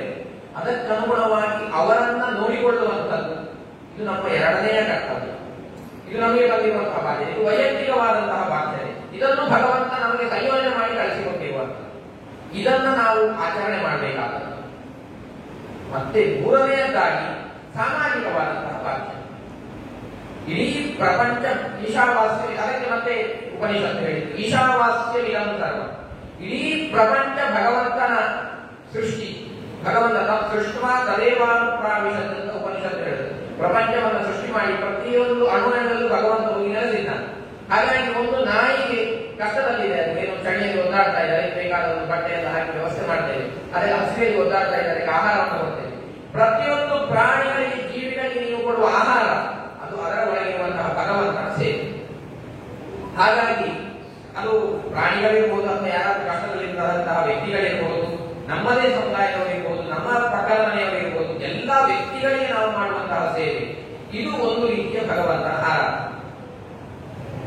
ಇದಕ್ಕಿಂತ ಮುಖ್ಯವಾಗಿ ಸ್ವವಿಹಿತ ವೃತ್ತಿ ಅಂತ ಹೇಳಿದ್ರೆ, ನಮಗೆ ವಿಹಿತವಾದ ವೃತ್ತಿ ಅಂತ ಹೇಳಿದ್ರೆ, ಈಗ ನಾವು ಆರಿಸಿಕೊಂಡಂತಹ ಒಂದು ನಾವು ಯಾವುದೋ ಒಂದು ಯಾವ ಫೀಲ್ಡ್ ಅಲ್ಲಿ ಇದ್ದೇವೆ, ನಾವು ಯಾವುದೋ ಒಂದು ಆಫೀಸಿನ ಕೆಲಸವನ್ನು ಮಾಡ್ತೇವೆ, ಯಾವುದೋ ಒಂದು ಉದ್ಯೋಗವನ್ನು ಮಾಡ್ತಾ ಇದ್ದೇವೆ, ಅದನ್ನ ಪ್ರಾಮಾಣಿಕವಾಗಿ ಮಾಡೋದು. ದೇನತ್ಯಕ್ತೇನ ಉನ್ನೀತಾಃ, ಭಗವಂತ ಕೊಟ್ಟದನ್ನು ಸ್ವೀಕಾರ ಮಾಡಿದ್ರೆ ಅವನು ಬಂದು ನಮಗೆ ಕಿಸೆಯಲ್ಲಿ ಹಾಕುವುದಿಲ್ಲ. ಇದನ್ನು ಯಾವಾಗ ಬೇಜಾರು ಶ್ರೀಪಾದ ಹೇಳ್ತಾರೆ, ನಾವು ಪ್ರಾಮಾಣಿಕವಾಗಿ ದುಡಿದ ದೇವರು ಕೊಟ್ಟ. ಹಾಗಾಗಿ ನಮ್ಮ ಕರ್ತವ್ಯವನ್ನ ನಾವು ಪ್ರಾಮಾಣಿಕವಾಗಿ ಆಚರಣೆ ಮಾಡ್ತಾ, ಯಾವುದೇ ಭ್ರಷ್ಟಾಚಾರಗಳನ್ನ ಮಾಡಿ ಪ್ರಾಮಾಣಿಕವಾಗಿ ನಾವು ಆಚರಣೆ ಮಾಡ್ತಾ ಮಾಡುವಂಥದ್ದು ಇದು ನಾವು ದೇವರಿಗೆ ಸಲ್ಲಿಸಬೇಕಾದ ಮೂರನೆಯ ಕರ್ತವ್ಯ. ಅದರಲ್ಲಿ ಒಂದು ಸ್ವಾರಸ್ಯ, ಇದೆಲ್ಲ ಕರ್ಮವನ್ನು ನಾವು ಮಾಡಬೇಕು. ಈ ಕರ್ಮ ಮಾಡುವುದಕ್ಕೂ ದೇವರಿಗೆ ಏನು ಸಂಬಂಧ? ದೇವರ ಸೇವೆ ಅಂತ ಯಾಕೆ ಆಗುತ್ತೆ? ನಮಗೆ ಒಂದು ಸಾಮಾನ್ಯವಾದ ಪ್ರಶ್ನೆ ಬರುತ್ತೆ. ಒಂದು ಸ್ವಲ್ಪ ಶಾಸ್ತ್ರೀಯವಾದ ವಿಚಾರ ನಾನು ಹೇಳ್ತೇನೆ ನೋಡಿ. ನಮಗೆ ಈ ಜೀವನದಲ್ಲಿ ಕಷ್ಟಗಳೆಲ್ಲ ಬರ್ತಾವೆ. ಯಾಕೆ ಕಷ್ಟಗಳು ಬರ್ತಾವೆ? ಶಾಸ್ತ್ರ ಹೇಳುತ್ತೆ, ಪೂರ್ವಜನ್ಮ ಕೃತಂ ಪಾಪ ವ್ಯಾಧಿ ರೂಪೇಣ ಬಾಧತೆ. ನಾವು ಪೂರ್ವಜನ್ಮದಲ್ಲಿ ಮಾಡಿದಂತಹ ಕರ್ಮಗಳೇನಿದ್ದಾವೆ ಅದು ನಮಗೆ ಈಗ ಕಷ್ಟದ ರೂಪದಲ್ಲಿ, ಸುಖ ಬಂದರೂ ಕೂಡ ಅದು ಕರ್ಮ, ಕಷ್ಟ ಬಂದರೂ ಸಹಿತ ಅದು ಕರ್ಮ, ನಾವು ಮಾಡಿದ ಕರ್ಮ. ಹಾಗಾದ್ರೆ ನಾವು ಯಾವುದೇ ಒಂದು ಕರ್ತವ್ಯವನ್ನ ಆಚರಣೆಯನ್ನ ಮಾಡಿದ್ರು ಸಹಿತ ನಮಗೆ ಇನ್ನು ಮುಂದೆ ಜನ್ಮ ಜನ್ಮಾಂತರಕ್ಕೆ ಬೇಕಾದಂತಹ ಒಂದು ರಾಶಿ ಕರ್ಮಗಳು ಸೃಷ್ಟಿಯಾಗಿದ್ದಾವೆ. ನೀವು ಒಳ್ಳೆ ಕೆಲಸ ಮಾಡಿ, ಕೆಟ್ಟ ಕೆಲಸ ಮಾಡಿ, ಏನು ಮಾಡಿದ್ರು ಸಹಿತ ಜನ್ಮ ಜನ್ಮಾಂತರಕ್ಕೆ ಆಗುವಷ್ಟು ಒಂದು ರಾಶಿ ನಾವು ಮಾಡಿದ್ದೇವೆ. ಅದಕ್ಕೆ ಕೆಲವು ಮತಗಳನ್ನು ಹೇಳ್ತಾರೆ, ಕೆಲವು ಮತಾಚಾರ್ಯರು ಹೇಳ್ತಾರೆ, ನಾವು ಯಾವ ಕರ್ಮವನ್ನು ಆಚರಣೆ ಮಾಡಬಾರದು, ನಿವೃತ್ತ ಕರ್ಮ ಅಂತ ಹೇಳ್ತಾರೆ. ಯಾವ ಕರ್ಮವನ್ನು ಆಚರಣೆ ಮಾಡದೆ ಬರೇ ದೇವರ ಚಿಂತನೆಯನ್ನು ಮಾಡ್ತಾ ಇರಬೇಕು, ದೇವರ ಸ್ಮರಣೆ ಮಾತ್ರ. ಯಾಕೆಂದ್ರೆ ನೀವು ಏನು ಕರ್ಮ ಮಾಡಿದ್ರು ಸಹಿತ ಅದು ನಿಮಗೆ ಮತ್ತೆ ಯಾವುದು ಸುಖನೋ ದುಃಖನ ರೂಪದಲ್ಲಿ ನಿಮಗೆ ಮತ್ತೆ ಒಂದಿಷ್ಟು ಜನ್ಮ ಬರುತ್ತೆ, ಕಷ್ಟಗಳು ಬರುತ್ತೆ. ನಿಮಗೆ ಮುಂದಿನ ಜನ್ಮ ಬರಬಾರದು, ಕಷ್ಟ ಬರಬಾರದು ಅಂತಾದ್ರೆ ನೀವು ಕರ್ಮಾಚರಣೆಯನ್ನೇ ಮಾಡಬಾರದು. ಕರ್ಮ ಅಂದ್ರೆ ಯಾವ್ದು ಬೇಕಾದ್ರೂ ಕರ್ತವ್ಯ ಅದನ್ನು ಮಾಡಬಾರದು ಅನ್ನುವಂತಹ ಸಿದ್ಧಾಂತಗಳಿದ್ದಾರೆ. ಆದ್ರೆ ಮಧ್ವಾಚಾರ್ಯರು ಹೇಳ್ತಾರೆ, ಕೃಷ್ಣ ಭಗವದ್ಗೀತೆಯಲ್ಲಿ ಹೇಳುವಂಥದ್ದು, ನಹಿ ಕಶ್ಚಿತ್ ಕ್ಷಣಮಪಿ ಜಾತು ನಿಷ್ಠ ಕರ್ಮ. ಕರ್ಮ ಮಾಡದೆ ಯಾವ ವ್ಯಕ್ತಿ ಇರ್ಲಿಕ್ಕೆ ಸಾಧ್ಯ ಇಲ್ಲ. ಒಂದು ಕ್ಷಣದಲ್ಲಿ ಒಬ್ಬ ವ್ಯಕ್ತಿ ಕರ್ಮ ಮಾಡದೆ ಇರ್ಲಿಕ್ಕೆ ಸಾಧ್ಯ ಇಲ್ಲ. ನಾನು ಏನು ಮಾಡುವುದಿಲ್ಲ ಅಂತ ಕೂತ್ಕೊಂಡ್ರೆ ಅದೇ ಒಂದು ಕರ್ಮ, ಅದು ಅವನ ಕರ್ತವ್ಯ ಲೋಪ ಅಲ್ವಾ? ಈಗ ನಾನೇ ಅಪರಾಧ ಮಾಡಲಿಲ್ಲ ಅಂತ ಹೇಳಿದ್ರೆ ನಾವೇ ಅಪರಾಧ ಮಾಡಬೇಕಾಗಿದೆ. ನೀವು ಅಪರಾಧ ಅಂತ ಹೇಳಿ ಯಾರನ್ನು ಚೂರಿ ಹಾಕೋದು ಮಾಡಬೇಕಿಲ್ಲ. ನೀವು ಕಟ್ಟಬೇಕಾದ ಟ್ಯಾಕ್ಸ್ ಅನ್ನು ಕಟ್ಟಬೇಕು, ಅದು ಅಪರಾಧ ಅಲ್ವಾ? ನೀವು ಒಂದು ಒಂದು ಒಂದು ಸಂಸ್ಥೆಯ ಅಧೀನದಲ್ಲಿದ್ದೀರಿ ಅಂತಾದ್ರೆ ನೀವು ಮಾಡಬೇಕಾದ ಕೆಲಸವನ್ನು ನೀವು ಮಾಡದಿತ್ತು, ಅದೊಂದು ಅಪರಾಧ. ಹಾಗಾಗಿ ಪ್ರಪಂಚದಲ್ಲಿ ನೀವು ಏನು ಕೆಲಸವನ್ನ ಮಾಡದೇ ಇದ್ದೀರಿ ಅಂತಾದ್ರೂ ಸಹಿತ ಒಂದಿಷ್ಟು ಪಾಪದ ಸಂಗ್ರಹವನ್ನ ಮಾಡ್ತೀವಿ. ಹಾಗಾದ್ರೆ ಇದರಿಂದ ಪರಿಹಾರ ಹೇಗೆ ಅಂತ ಹೇಳಿದ್ರೆ, ಇದು ನಾನು ಮುಖ್ಯವಾಗಿ ಹೇಳಬೇಕಾದ ಅಂಶ ಇರುವಂತದ್ದು ಇಲ್ಲಿ. ನಮ್ಮ ಒಂದು ಸಂಸ್ಕೃತಿಯ ಸ್ವಾರಸ್ಯ ಇರುವಂತದ್ದು ಇಲ್ಲಿ. ನಾವು ಯಾವುದೋ ಒಂದು ಕಲ್ಲಿಗೆ ಹಾಲಿನ ಅಭಿಷೇಕ, ಎಷ್ಟೋ ಮಂದಿ ಹೇಳುವಂತದ್ದಿದೆ. ಒಂದು ಪ್ರತಿಮೆ ಜಿರಳೆ ಓಡಾಡ್ತಾ ಇದ್ರೆ ನೋಡಿ, ಭಗವಂತನಿಗೆ ಅವನ ಮೇಲಿನ ಜಿರಳೆಯನ್ನು ಓಡಿಸುವ ತಾಕತ್ತಿಲ್ಲ, ನಮ್ಗೆ ಅನುಗ್ರಹ ಮಾಡ್ತಾನ ಅಂತ ಹಾಸ್ಯ ಮಾಡ್ತಾರೆ. ಒಂದು ನೆನಪಿಟ್ಕೊಳ್ಳಿ, ನಾವು ಹಿಂದೂಗಳು ಮರವನ್ನು, ಕಲ್ಲನ್ನು, ಪ್ರತಿಮೆಯನ್ನು ಆರಾಧನೆ ಮಾಡ್ತೇವೆ, ಅಥವಾ ಯಾವುದೋ ವ್ಯಕ್ತಿಯನ್ನು ಆರಾಧನೆ ಮಾಡ್ತೇವೆ. ಆ ವ್ಯಕ್ತಿಯ ಆರಾಧನೆ ಅಲ್ಲ. ನಾವು ಎಲ್ಲಿಯವರೆಗೆ ಅಂದ್ರೆ ಮಾತೃದೇವೋ ಭವ, ಪಿತೃದೇವೋ ಭವ, ಇದು ಉಪನಿಷತ್ತು ಆದೇಶ ಮಾಡಿದ್ದು. ತಾಯಿಯೇ ದೇವರಲ್ಲ, ತಂದೆಯೇ ದೇವರಲ್ಲ. ಈಗ ನಾನು ನನ್ನ ಮಗನಿಗೆ ನಾನು ತಂದೆ, ನಾನು ದೇವರಾಗ್ತೇನೆ. ನನ್ನಲ್ಲಿ ಬೇಕಾದಷ್ಟು ದೋಷಗಳಿದ್ದಾವೆ, ಹೆಚ್ಚು ಬೇಡ. ನನ್ನ ಮಗನಿಗೆ ಏನು ಅನಾರೋಗ್ಯ ಬಂದ್ರೆ ಅನಾರೋಗ್ಯ ಬರದಾಗೆ ಮಾಡುವ ತಾಕತ್ತು ನನಗಿಲ್ಲ, ಬಂದ ಅನಾರೋಗ್ಯವನ್ನು ಸರಿ ಮಾಡುವ ತಾಕತ್ತು ನನಗಿಲ್ಲ. ನಾನು ಡಾಕ್ಟರ್ ತಗೊಳ್ಬೇಕು, ಅವನಿಗೆ ಏನಾದ್ರು ಅನಾರೋಗ್ಯ ಸರಿ ಮಾಡಬೇಕು. ಹಾಗಾದ್ರೆ ದೇವರು ಅಂತ ಹೇಳಿದ್ರೆ ಏನು? ನಾವೇ ದೇವರು ಅಂತ ಅಲ್ಲ, ತಂದೆಯೇ ದೇವರಲ್ಲ, ತಾಯಿಯೇ ದೇವರಲ್ಲ. ತಂದೆ ತಾಯಿಯಂದಿರು ದೇವರ ಪ್ರತೀಕ. ಇದನ್ನ ನಾವು ಯಾವಾಗಲೂ ನೆನಪಿಟ್ಟುಕೊಳ್ಬೇಕಾದ್ರೆ, ನೀವು ದೇವಸ್ಥಾನಕ್ಕೆ ಹೋಗ್ತೀರಿ, ಕೈ ಮುಗಿತೀರಿ, ದೇವರಿಗೆ ಕೈ ಮುಗಿತೀರಿ ಅಂತ ಹೇಳಿ ಪ್ರತಿಮೆಗೆ ಕೈ ಮುಗಿತೇವೆ, ನೆನಪಿಟ್ಟುಕೊಳ್ಬೇಕು. ಆ ಪ್ರತೀಕ ನಿಮಗೆ ದೇವರ ಚಿಂತನೆಯನ್ನು ತರುವುದಕ್ಕೋಸ್ಕರ ಇರುವಂತಹ ಒಂದು ಪ್ರತೀಕ. ಅದರ ಒಳಗಡೆ ದೇವರಿದ್ದಾನೆ, ಅದರ ಒಳಗಿಟ್ಟು ದೇವರು ನಮಗೆ ಅನುಗ್ರಹವನ್ನು ಮಾಡ್ತಾನೆ. ಅದೇ ರೀತಿ ತಂದೆ ತಾಯಿಯಂದಿರು ನಮಗೆ ಪ್ರಪಂಚದಿಂದ ನಾವು ಇಷ್ಟೆಲ್ಲ ಪಡ್ಕೊಂಡಿದ್ದೇವೆ, ಎಲ್ಲರಿಗಿಂತ ಹೆಚ್ಚು ಕೃತಜ್ಞತೆಯನ್ನು ನಾವು ಸಲ್ಲಿಸಬೇಕಾದದ್ದು ತಂದೆ ತಾಯಿಯಂತೆ. ತಾಯಿ ಮಾಡಿದ ಉಪಕಾರ ಯಾರಿಗೂ ಅಷ್ಟು ಉಪಕಾರ ಮಾಡಲಿಕ್ಕೆ ಸಾಧ್ಯ ಇಲ್ಲ. ಹಾಗಾಗಿ ಅಂತಹ ಅಪೂರ್ವವಾದ ವ್ಯಕ್ತಿತ್ವವನ್ನ ತಾಯಿಯ ಮೂಲಕ ನಮಗೆ ಕೊಟ್ಟವನು ಭಗವಂತ. ಅವರಿಗೂ ಆ ತಾಕತ್ತನ್ನ ತಾಯಿ ಗರ್ಭದಲ್ಲಿ ನಾನು ಹೇಳಿದ 9 ತಿಂಗಳು ಹೊತ್ತು ಹೆತ್ತಿದ್ದೇನೆ ಅಂತ, 9 ತಿಂಗಳು ಹೊಟ್ಟೆಗೆ ಹೇಗೆ ಹೆತ್ತಿದ್ದೇನೆ ಅಂತ ಹೊತ್ತಿದ್ದೇನೆ ಅಂತ ತಾಯಿಗೂ ಗೊತ್ತಿದೆ. ಅವರು ಅವರಿಗೆ ಮನಸ್ಸಾಗದ್ದು ಏನೇನೋ ಈಗಂತೂ ಎಲ್ಲ ಕಾಳು ಪದಾರ್ಥಗಳು ಮಸಾಲೆ ಪದಾರ್ಥಗಳನ್ನೆಲ್ಲ ತಿಂತಾರೆ ತಾಯಿ. ಆದ್ರೆ ಅದರಲ್ಲಿದ್ದ ಸಾರಾಂಶವೇ ಆ ಮಗುವಿಗೆ ಹೋಗಿ ಯಾವುದು ಕೈ ಎಷ್ಟು ಬೆಳಿಬೇಕು, ಕಾಲು ಎಷ್ಟು ಬೆಳಿಬೇಕು, ಯಾವ ಯಾವ ಅಂಗಗಳು ಯಾವ ಯಾವ ಸಮಯದಲ್ಲಿ ಬೆಳಿಬೇಕು ಅದೆಲ್ಲವೂ ಸರಿಯಾಗಿ ಬೆಳೆದು ಅದು ರಕ್ಷಣೆ ಆಗುವಂತೆ ಮಾಡಿದವರು ಯಾರು? ತಾಯಿಯ ಒಳಗಿದ್ದು ಸಹಿತ ಈ ಮಗುವಿಗೆ ಬೇಕಾದಂತಹ ಇಂತಹ ಸುಂದರವಾದ ಶರೀರವನ್ನು ತಯಾರು ಮಾಡಿದವ ಭಗವಂತ.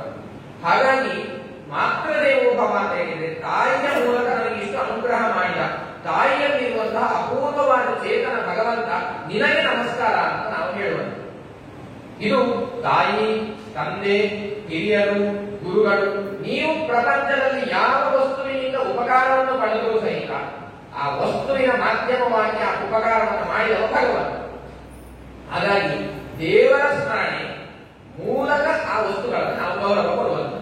ಹಾಗಾಗಿ ನೀವು ಪ್ರತಿಮೆಗೆ ಗೌರವ ಕೊಡಿ, ದೇವರಿಗೆ ಗೌರವ, ಹಿರಿಯರಿಗೆ ಗೌರವವನ್ನು ಕೊಡಿ, ಏನು ಗೌರವ ಕೊಟ್ಟರು ಸಹಿತ ಅದರ ಆಂತರ್ಯ ಅದರ ಒಳಗಿರುವಂತಹ ಭಗವಂತನಿಗೆ. ಒಂದು ಸಂದರ್ಭದಲ್ಲಿ ನಾನು ಸ್ವಾಮಿಗಳ ಒಟ್ಟಿಗೆ ಇರುವಾಗ, ಪೇಜಾವರ ಶ್ರೀಗಳ ಒಟ್ಟಿಗೆ ಕಲಿತಾ ಇರುವಾಗ ಮೈಸೂರಿನಲ್ಲಿ ಒಂದು ಮಕ್ಕಳ ಜೊತೆ ಸಂವಾದ ಇದೆ. ಒಂದು ಹೈಸ್ಕೂಲಿನ ಮಕ್ಕಳ ಜೊತೆ ಸಂವಾದ.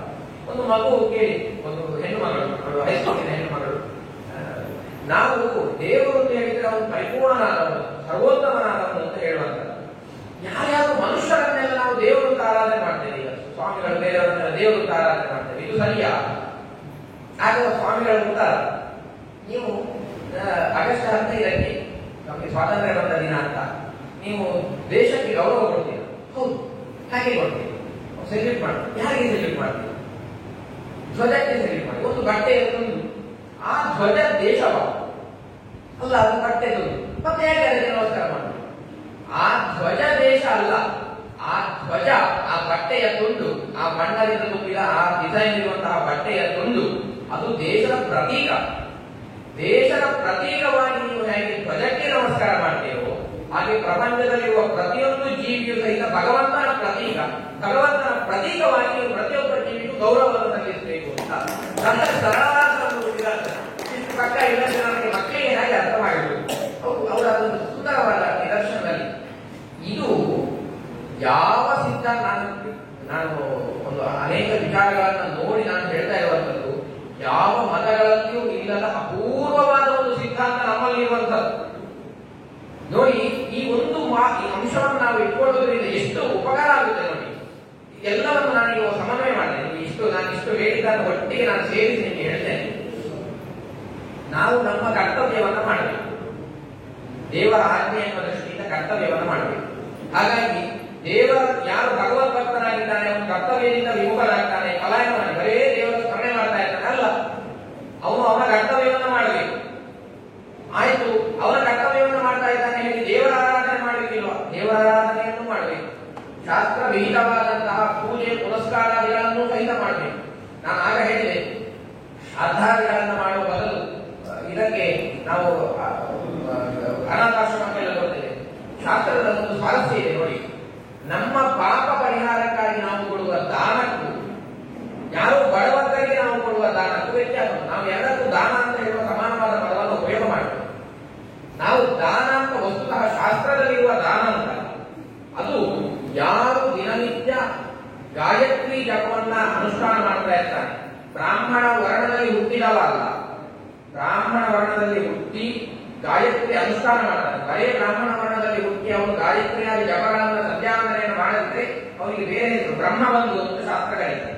ಅವನು ಕೇಳುವಾಗ ಸಂಸ್ಕೃತದ ಪದಗಳು ಬಹಳ ಸುಂದರ ಪದಗಳು, ನೋಡುವಾಗ ಹೊಗಳ್ತಾ ಇದ್ದಾರೆ ಅನ್ಸುತ್ತೆ. ಅತ್ಯಂತ ಪತಿತ ಅಂತ ಹೇಳುವ ಶಬ್ದ ಅರ್ಥ. ಬ್ರಹ್ಮಬಂಧು ಅಂತ ಬೈಯುವಾಗ ನಾವೇ ನೀಚ ಅಂತ ಇನ್ನೊಂದು ಕೆಟ್ಟ ಪದಗಳನ್ನು ಉಪಯೋಗ ಮಾಡ್ತೇವೆ. ಸಂಸ್ಕೃತ ಸುಂದರವಾದ ಪದದಿಂದ ಬೈತದೆ. ಹಾಗಾಗಿ ಬ್ರಹ್ಮಬಂಧು ಯಾರು ಸಂಧ್ಯಾವಂದನಾಗಿ ಕರ್ತವ್ಯವನ್ನು ಮಾಡುವುದಿಲ್ಲ ಅವರನ್ನು ಬ್ರಹ್ಮಬಂಧು ಅಂತ ಹೇಳ್ತಾರೆ. ಹಾಗಾಗಿ ದಾನ ಕೊಡಬೇಕಾದ್ರೆ ಬ್ರಾಹ್ಮಣರಾಗಿ ನಾವೆಲ್ಲ ಈಗ ಹೇಗೆ ಕಾರ್ಯಕ್ರಮಕ್ಕೆ ಬಂದರೆ ಬನ್ನಿ ಅಂತ ಅವರಿಗೆ ಅಂಗಿ ತೆಗೆದು ಒತ್ತಾಯ ಮಾಡಬೇಕು. ಅಂಗಿ ಬನ್ನಿ ಹೇಳಿ ಅವರಿಗೆ ದಾನ ಕೊಡ್ತೇವೆ. ವಸ್ತು ಅಲ್ಲ, ಅದು ಅತ್ಯಂತ ಅಡ್ಡಾಸ್ತ್ರೀಯ. ಕೆಲವೊಮ್ಮೆ ಸಾಮಾಜಿಕ ವ್ಯವಸ್ಥೆ ನಾವು ಬದಲು ಮಾಡಲಿಕ್ಕೆ ಆಗುದಿಲ್ಲ, ಅದಲ್ಲ ನಾನು. ಅದು ನಮ್ಗೆ ಗೊತ್ತಿರ್ಬೇಕಲ್ಲ ನಿಜವಾದ ಆಂತರ್ಯ. ನಿತ್ಯ ಅನುಷ್ಠಾನ ಮಾಡುವಂತಹ ಬ್ರಾಹ್ಮಣ ಕೈಯಲ್ಲಿ ಅಗ್ನಿ ಇರು. ನಾವು ಒಂದು ದ್ರವ್ಯವನ್ನ ಇದನ್ನಮ ಅಂತ ಅವನ ಕೈಯಲ್ಲಿ ಆ ದ್ರವ್ಯವನ್ನ ಇಟ್ಟಾಗ ನಮ್ಮ ಪಾಪ ಏನೋ ಒಂದು ಸಂದೇಶಾಂತಿಯೋ ಏನೋ ಮಾಡ್ತೇವೆ ನಾವು, ಗ್ರಹಚಾರ ಇದೆ. ಆ ದ್ರವ್ಯವನ್ನ ಅವನ ಕೈಯಲ್ಲಿ ಇಟ್ಟಾಗ ನಮ್ಮ ಪಾಪ ಅವನ ಕೈಯ ಅಗ್ನಿಯ ಮೂಲಕ ಸುಟ್ಟು ಹೋಗ್ತದೆ. ಇದಕ್ಕಾಗಿ ನಾವು ಅವರಿಗೆ ದಾನವನ್ನು ಕೊಡುವಂಥದ್ದು, ಇದಕ್ಕೆ ದಾನ ಅಂತ ಶಾಸ್ತ್ರದಲ್ಲಿ ಇರುವಂಥದ್ದು. ಹಾಗಾಗಿ ಯೋಗ್ಯನಾದಂತಹ ವ್ಯಕ್ತಿಗೆ ಮಾತ್ರ ದಾನಂ ಫಲಂ ಫಲದಿ ಪಾತ್ರ ಗುಣಾನುಕೂಲ್ಯ ಅಂತ ಹೇಳ್ತಾರೆ. ಯಾವ ವ್ಯಕ್ತಿಗೆ ನೀವು ದಾನ ಮಾಡ್ತೀರಿ ಅದಕ್ಕನುಗುಣವಾಗಿ ನಿಮಗೆ ಫಲ ಬರುವಂಥದ್ದು. ಅಪಾತ್ರರಿಗೆ ದಾನವನ್ನೇ ಮಾಡಬಾರದು ಅಂತ ಶಾಸ್ತ್ರ ಹೇಳುತ್ತೆ. ಹಾಗಾಗಿ ಇದು ದಾನ. ಹಾಗಾಗಿ ನಿಮಗೆ ಶಾಸ್ತ್ರವಿಹಿತವಾದ ವೈದಿಕ ಪ್ರಕ್ರಿಯೆ ಶ್ರಾದ್ದ ಇರಬಹುದು, ಏನಿರಬಹುದು, ಅದು ಬೇರೆ. ಅದನ್ನು ನೀವು ಮಾಡುವಂಥದ್ದು ಆಚರಣೆ ಮಾಡಲೇಬೇಕು. ಇದು ದೇವರ ಆಜ್ಞೆ. ಮತ್ತೆ ನಾವು ಇನ್ನೊಬ್ಬರಿಗೆ ಉಪಕಾರಾಂತಗಳನ್ನು ಮಾಡ್ತೇವಲ್ಲ, ಇದಕ್ಕೆ ಶಾಸ್ತ್ರದಲ್ಲಿ ಪೂರ್ತ ಅಂತ ಹೇಳ್ತಾರೆ. ಪೂರ್ತ ಅಂತ ಅದರ ಅಕೌಂಟ್ ಬೇರೆ, ಇದರ ಅಕೌಂಟ್ ಬೇರೆ. ನೀವು ಈ ಯಾವುದು ನಿಮಗೆ ಏನು ಬಂದಿದೆ, ಅನಾರೋಗ್ಯ ಬಂದಿದೆ, ಆ ಅನಾರೋಗ್ಯಕ್ಕೆ ಅದೇ ಮಾತ್ರ ತಗೊಳ್ಬೇಕು. ನಾವು ಎಲ್ಲದಕ್ಕೂ ಪ್ರೋತ್ಸಾಹ ತಗೊಳ್ತೇವೆ ಅಂತ ಆಗುದಿಲ್ಲ. ನಿಮಗೆ ಏನು ಸಮಸ್ಯೆ ಬಂದಿದೆ, ನಿಮ್ಮ ಏನು ನೋವಿದೆ, ಏನು ಸಮಸ್ಯೆ ಇದೆ, ಅದಕ್ಕನುಗುಣವಾಗಿ ಔಷಧಿಯನ್ನು ನೀವು ತಗೊಳ್ತೀರೋ ಹಾಗೆ ನಿತ್ಯ ಅನುಷ್ಠಾನ, ಪೂಜೆ, ಪುರಸ್ಕಾರಾದಿ ಕರ್ತವ್ಯಗಳು ಬೇರೆ, ಅದು ವಿಹಿತವಾದದ್ದು. ಇತರ ಎಲ್ಲ ಜೀವಿಗಳ ಸೇವೆ ಮಾಡುವಂಥದ್ದು ಬೇರೆ, ಅದು ಕೂಡ ವಿಹಿತವಾದದ್ದು. ನಿಮ್ಮ ಕರ್ತವ್ಯವನ್ನು ಪ್ರಾಮಾಣಿಕವಾಗಿ ನಡೆದುಕೊಳ್ಬೇಕಾದದ್ದು ಬೇರೆ, ಅದು ಕೂಡ ವಿಹಿತವಾದದ್ದು. ಅಷ್ಟು ಮಾತ್ರ ಅಲ್ಲ, ನಿಮ್ಮನ್ನ ಆಶ್ರಯಿಸಿರುವಂತಹ ವ್ಯಕ್ತಿಗಳನ್ನೆಲ್ಲ ನಿಮಗೆ ವಿಹಿತವಾದ ಕರ್ಮ ಅಂತ ಹೇಳಿದ್ರೆ ಅದು ಧಾರ್ಮಿಕ ವಿಹಿತವಾದ ಕರ್ಮ, ಸಾಮಾಜಿಕವಾಗಿ ವಿಹಿತವಾದ ಕರ್ಮ, ಕೌಟುಂಬಿಕವಾಗಿ ನಮ್ಮ ಹೆಂಡತಿ ಮಕ್ಕಳನ್ನ ತಂದೆ ತಾಯಿಯನ್ನು ನೋಡಿಕೊಳ್ಳುವ ಕರ್ಮ, ಇದು ಎಲ್ಲವೂ ನಮಗೆ ವಿಹಿತವಾದ ಕರ್ಮ. ಈ ಎಲ್ಲಾ ಕರ್ಮಾಚರಣೆಗಳನ್ನ ನಾವು ನನ್ನ ಹೆಂಡತಿ ಅವಳನ್ನು ನಾನು ನೋಡ್ಕೊಳ್ಬೇಕು, ನನ್ನ ತಂದೆ ಅವರನ್ನು ನೋಡ್ಕೊಳ್ಬೇಕು ಅಂತ ಲೌಕಿಕವಾದ ಅಭಿಲಾಷೆಯಿಂದ ನಾನು ಯಾರೋ ಒಬ್ಬ ವ್ಯಕ್ತಿಗೆ ಉಪಕಾರ ಮಾಡಿ ಕೊಟ್ಟು ತಗೊಂಡು ನಾನು ಈಗ ಬಾರಿ ನನಗೆ ಹೆಸರು ಬಂತು, ನಿಮ್ಮ ಏನು ವೈಯಕ್ತಿಕವಾದ ಅಭಿಲಾಷೆಯಿಂದ ನೀವು ಮಾಡಿದ್ರೆ ಆಗ ಹೇಳಿದಂತೆ ಆ ಕರ್ಮದಿಂದ ಪಾಪ ಪುಣ್ಯಗಳು ಒಂದಿಷ್ಟು ನಿಮಗೆ ಜನ್ಮ ಜನ್ಮಾಂತರಕ್ಕೆ ಬೇಕಾದದ್ದು ಬರೋ ಸಂಭವೇ. ಆದರೆ ಅದೇ ಕರ್ಮವನ್ನ ಭಗವಂತನ ಸೇವೆ ಎನ್ನುವ ದೃಷ್ಟಿಯಿಂದ ನಾನಿಷ್ಟು ಹಣವನ್ನು ವ್ಯಯಿಸ್ತಾ ಇದ್ದೇನೆ, ಯಾರಿಗೂ ಉಪಕಾರ ಮಾಡ್ತಾ ಇದ್ದೇನೆ, ಯಾಕೆಂದ್ರೆ ತಸ್ಯ ಪ್ರಾಣ್ಯುಪಕಾರೇಣ ಸಂತುಷ್ಟೋ ಭವತೀಶ್ವರ, ಅವರಿಗೆ ಉಪಕಾರ ಮಾಡಿದ್ರೆ ಅವನ ಒಳಗಿರುವಂತಹ ಭಗವಂತ ಸಂತೋಷನಾಗಲಿ. ನಾವು ಆಫೀಸ್ಗೆ ಹೋಗ್ಬೇಕು, ಆಫೀಸಿನ ಕೆಲಸ ಮಾಡಬೇಕು, ಎಲ್ಲರೂ ಸಾಮಾನ್ಯ 99% ಆಫೀಸಿನವರು ಅವರ ಮೇಲಿನ ಬಾಸ್ ಬೈತಾನೆ ಕೆಲಸ ಮಾಡು, ಇವರೊಬ್ಬ ನಮಗೆ ತೊಂದರೆ ಕೊಡ್ತಾರೆ, ನಾನು ಮಾಡಬೇಕು ಅಂತ. ಅದರ ಬದಲು ಅವನ ಒಳಗಿರುವಂತಹ ದೇವರು ಸಂತುಷ್ಟರಾಗಿ ನಾವು ಸಾಫ್ಟ್ವೇರ್ ಕಂಪನಿಯಲ್ಲಿ ಕೆಲಸ ಮಾಡ್ತಾ ಇದ್ದೇವೆ, ನಾವು ತಯಾರು ಮಾಡುವಂತಹ ಸಾಫ್ಟ್ವೇರ್ ಅನ್ನ ಎಷ್ಟೋ ಸಾವಿರಾರು ಮಂದಿ ಉಪಯೋಗ ಮಾಡಿಕೊಂಡು ಅದರ ಉಪಯೋಗ ಮಾಡಿಕೊಳ್ತಾ ಇದ್ದಾರೆ. ಅಷ್ಟು ಮಂದಿಯ ಒಳಗಿರುವ ಭಗವಂತ ಸಂತುಷ್ಟನಾಗಲಿ ಅಂತ ಈ ಸಮರ್ಪಣಾ ಭಾವದಿಂದ ಆ ಕರ್ಮವನ್ನ ಮಾಡಿದ್ರೆ ದೊಡ್ಡ ಸಾಧನೆ, ದೊಡ್ಡ ಯಜ್ಞ. ಅದನ್ನ ಯಜ್ಞ ಅಂತ ಶಾಸ್ತ್ರ ಕೃಷ್ಣ ಹೇಳಿರುವಂತ ಮಾತಿಲ್ಲ, ನನ್ನ ಮಾತಲ್ಲ, ಕೃಷ್ಣ ಹೇಳಿರುವಂತ ಮಾತು. ಯಾರು ಅವರ ಕರ್ತವ್ಯವನ್ನ ಯಜ್ಞದ ರೂಪದಲ್ಲಿ ಮಾಡ್ತಾನೆ ಅವನು ನೈಷ್ಕರ್ಮ್ಯಂ ಫಲದೇರ್ಜುನ ಅಂತ ಹೇಳ್ತಾರೆ, ಅವನು ಮೋಕ್ಷವನ್ನ ಪಡಿತಾನೆ ಅಂತ. ಕರ್ಮವನ್ನ ಆಚರಣೆ ಮಾಡುವಾಗ ಅದರಲ್ಲಿ ಆಧ್ಯಾತ್ಮಿಕ ಚಿಂತನೆ ನಾವು ಪ್ರತಿಯೊಂದು ಕೆಲಸವನ್ನು ಮಾಡಿ, ಹೆಣ್ಣು ಮಕ್ಕಳು ಮಕ್ಕಳಿಗೋಸ್ಕರ ತಂದೆ ಗಂಡಂದಿರಿಗೋಸ್ಕರ ಅಡಿಗೆ ಮಾಡ್ತಾರೆ, ಅವರು ಏನೋ ಅದನ್ನು ಗಮನಿಸದೆ ನೀವು ಮಾಡಿದ ಅದನ್ನು ಹೊಗಳುವುದಿಲ್ಲ, ಸರಿಯಾಗಿದೆ ಅಂತ ಹೇಳುವುದಿಲ್ಲ, ಅಥವಾ ಅದಕ್ಕೆ ಸ್ವಲ್ಪ ಉಪ್ಪು ಹೆಚ್ಚು ಕಮ್ಮಿ ಆಗಿದ್ರೆ ಸರಿಯಾಗಿಲ್ಲ ಅಂತ ಹೇಳ್ತಾರೆ. ನಮಗೆ ಬೇಸರ ಆಗ್ತದೆ, ನಾನು ಇಷ್ಟು ಕಾಳಜಿಯಿಂದ ಅವರ ಮೇಲೆ ಪ್ರೀತಿಯಿಂದ ಮಾಡಿದೆ, ಸಣ್ಣ ನ್ಯೂನತೆ ಆಗಕ್ಕೆ ಹೀಗೆ ಹೇಳ್ತಾ ಇದ್ದಾರೆ, ಅಥವಾ ಸ್ವಲ್ಪ ಸಣ್ಣ ಗ್ರಾಟಿಟ್ಯೂಡ್ ಅನ್ನು ಅವರು ತೋರಿಸ್ತಾ ಇಲ್ಲ, ಅದೇ ಅವರ ಒಳಗೆ ಭಗವಂತ ತೃಪ್ತನಾಗಲಿ ಅಂತ ನಾವು ಮಾಡಿದ್ರೆ ಅವರು ಹೇಳದೆ ಭಗವಂತ ಅದನ್ನು ಸ್ವೀಕಾರ ಮಾಡ್ತಾನೆ. ದೊಡ್ಡ ದೇವರಿಗೆ ಸಮರ್ಪಣೆ ಮಾಡಿದಂತಹ ಪುಣ್ಯ ನಮಗೆ ಬರುತ್ತೆ, ದೊಡ್ಡ ಯಜ್ಞ ಮಾಡಿದ ಸಾಧನೆ ಆಗುತ್ತೆ. ಇದಕ್ಕೊಂದು ಸಣ್ಣ ಉದಾಹರಣೆಯನ್ನು ಕೊಡ್ತಾ ಇದ್ದಾರೆ ನಮ್ಮ ಗುರುಗಳು. ಹಾವಿನ ವಿಷ, ಹಾವು ಕಟ್ಟಿದ್ರೆ ಸತ್ತು ಹೋಗ್ತೇವೆ, ಮರಣಕ್ಕೆ ಕಾರಣ. ಆದರೆ ಅದೇ ವಿಷವನ್ನ ನಾವು ಒಳ್ಳೆ ರೀತಿಯಿಂದ ಉಪಯೋಗ ಮಾಡಿಕೊಂಡ್ರೆ, ಅದನ್ನು ಪರಿಷ್ಕೃತವಾಗಿ ಚಂದ ಮಾಡಿ ಉಪಯೋಗ ಮಾಡಿಕೊಂಡ್ರೆ ಕ್ಯಾನ್ಸರ್ ನಂತಹ ದೊಡ್ಡ ದೊಡ್ಡ ರೋಗಗಳಿಗೆ ಔಷಧ ಆಗುತ್ತದೆ. ಹಾಗೆ ನಾವು ಮಾಡುವಂತಹ ನಿತ್ಯ ಕೆಲಸಗಳು ಅದರಿಂದ ಒಳ್ಳೆ ಫಲ ಬರಬಹುದು, ಕೆಟ್ಟ ಫಲ ಬರಬಹುದು, ಏನೇನೋ ವ್ಯವಸ್ಥೆಗಳಾಗ್ತವೆ. ಆದರೆ ಅದನ್ನ ನಾವು ಭಗವತ್ ಚಿಂತನೆಯನ್ನು ಇಟ್ಟುಕೊಂಡು, ಸಾತ್ವಿಕವಾದ ಚಿಂತನೆಯನ್ನು ಇಟ್ಟುಕೊಂಡು ಭಗವಂತ ತೃಪ್ತನಾಗಿ ಅಂತ ಅದನ್ನೇ ಕೃಷ್ಣ ಹೇಳಿದ್ರು, ಕರ್ಮಣ್ಯೇವಾಧಿಕಾರಸ್ಥೆ ಮಾಫಲೇಶ್ವರಾಜನ ಅಂತ. ಈ ಕರ್ಮವನ್ನ ಕರ್ತವ್ಯವನ್ನ ಭಗವಂತನ ಅನುಗ್ರಹ ಆಗಲಿ ಅಂತ ಮಾಡಿ, ಆಗ ಅದೇ ನಮ್ಮ ಆತ್ಮದ ಔನ್ನತ್ಯಕ್ಕೂ ಕಾರಣ ಆಗುತ್ತೆ. ಜೀವನದ ಒಂದು ಯಜ್ಞ, ದೊಡ್ಡ ಯಜ್ಞ ಆಗುತ್ತೆ. ನಾವು ಎಲ್ಲರೂ ಹೋಗಿ ಹೋಮ ಮಾಡುವ ಅನುಕೂಲ ಇಲ್ಲ ನಮಗೆ. ಆದರೆ ನಮ್ಮ ನಿತ್ಯದ ಜೀವನದಲ್ಲಿ ನಾವು ಭಗವಂತನ ಚಿಂತನೆಯನ್ನು ಮಾಡ್ತಾ ಅದನ್ನ ಕರ್ತವ್ಯವನ್ನು ಮಾಡಿದರೆ ಅದು ಜೀವನದಲ್ಲಿ ಬಹಳ ದೊಡ್ಡ ಸಾಧನೆ ಆಗುತ್ತೆ. ಈ ಭಾವನೆಯನ್ನು ನಾವು ಇಟ್ಟುಕೊಂಡಾಗ ಒಂದೆರಡು ಚೊಂಬು ಹಾಲು ವ್ಯರ್ಥ ಆದರೂ ಸಹಿತ ತಲೆ ಹೋಗುವುದು.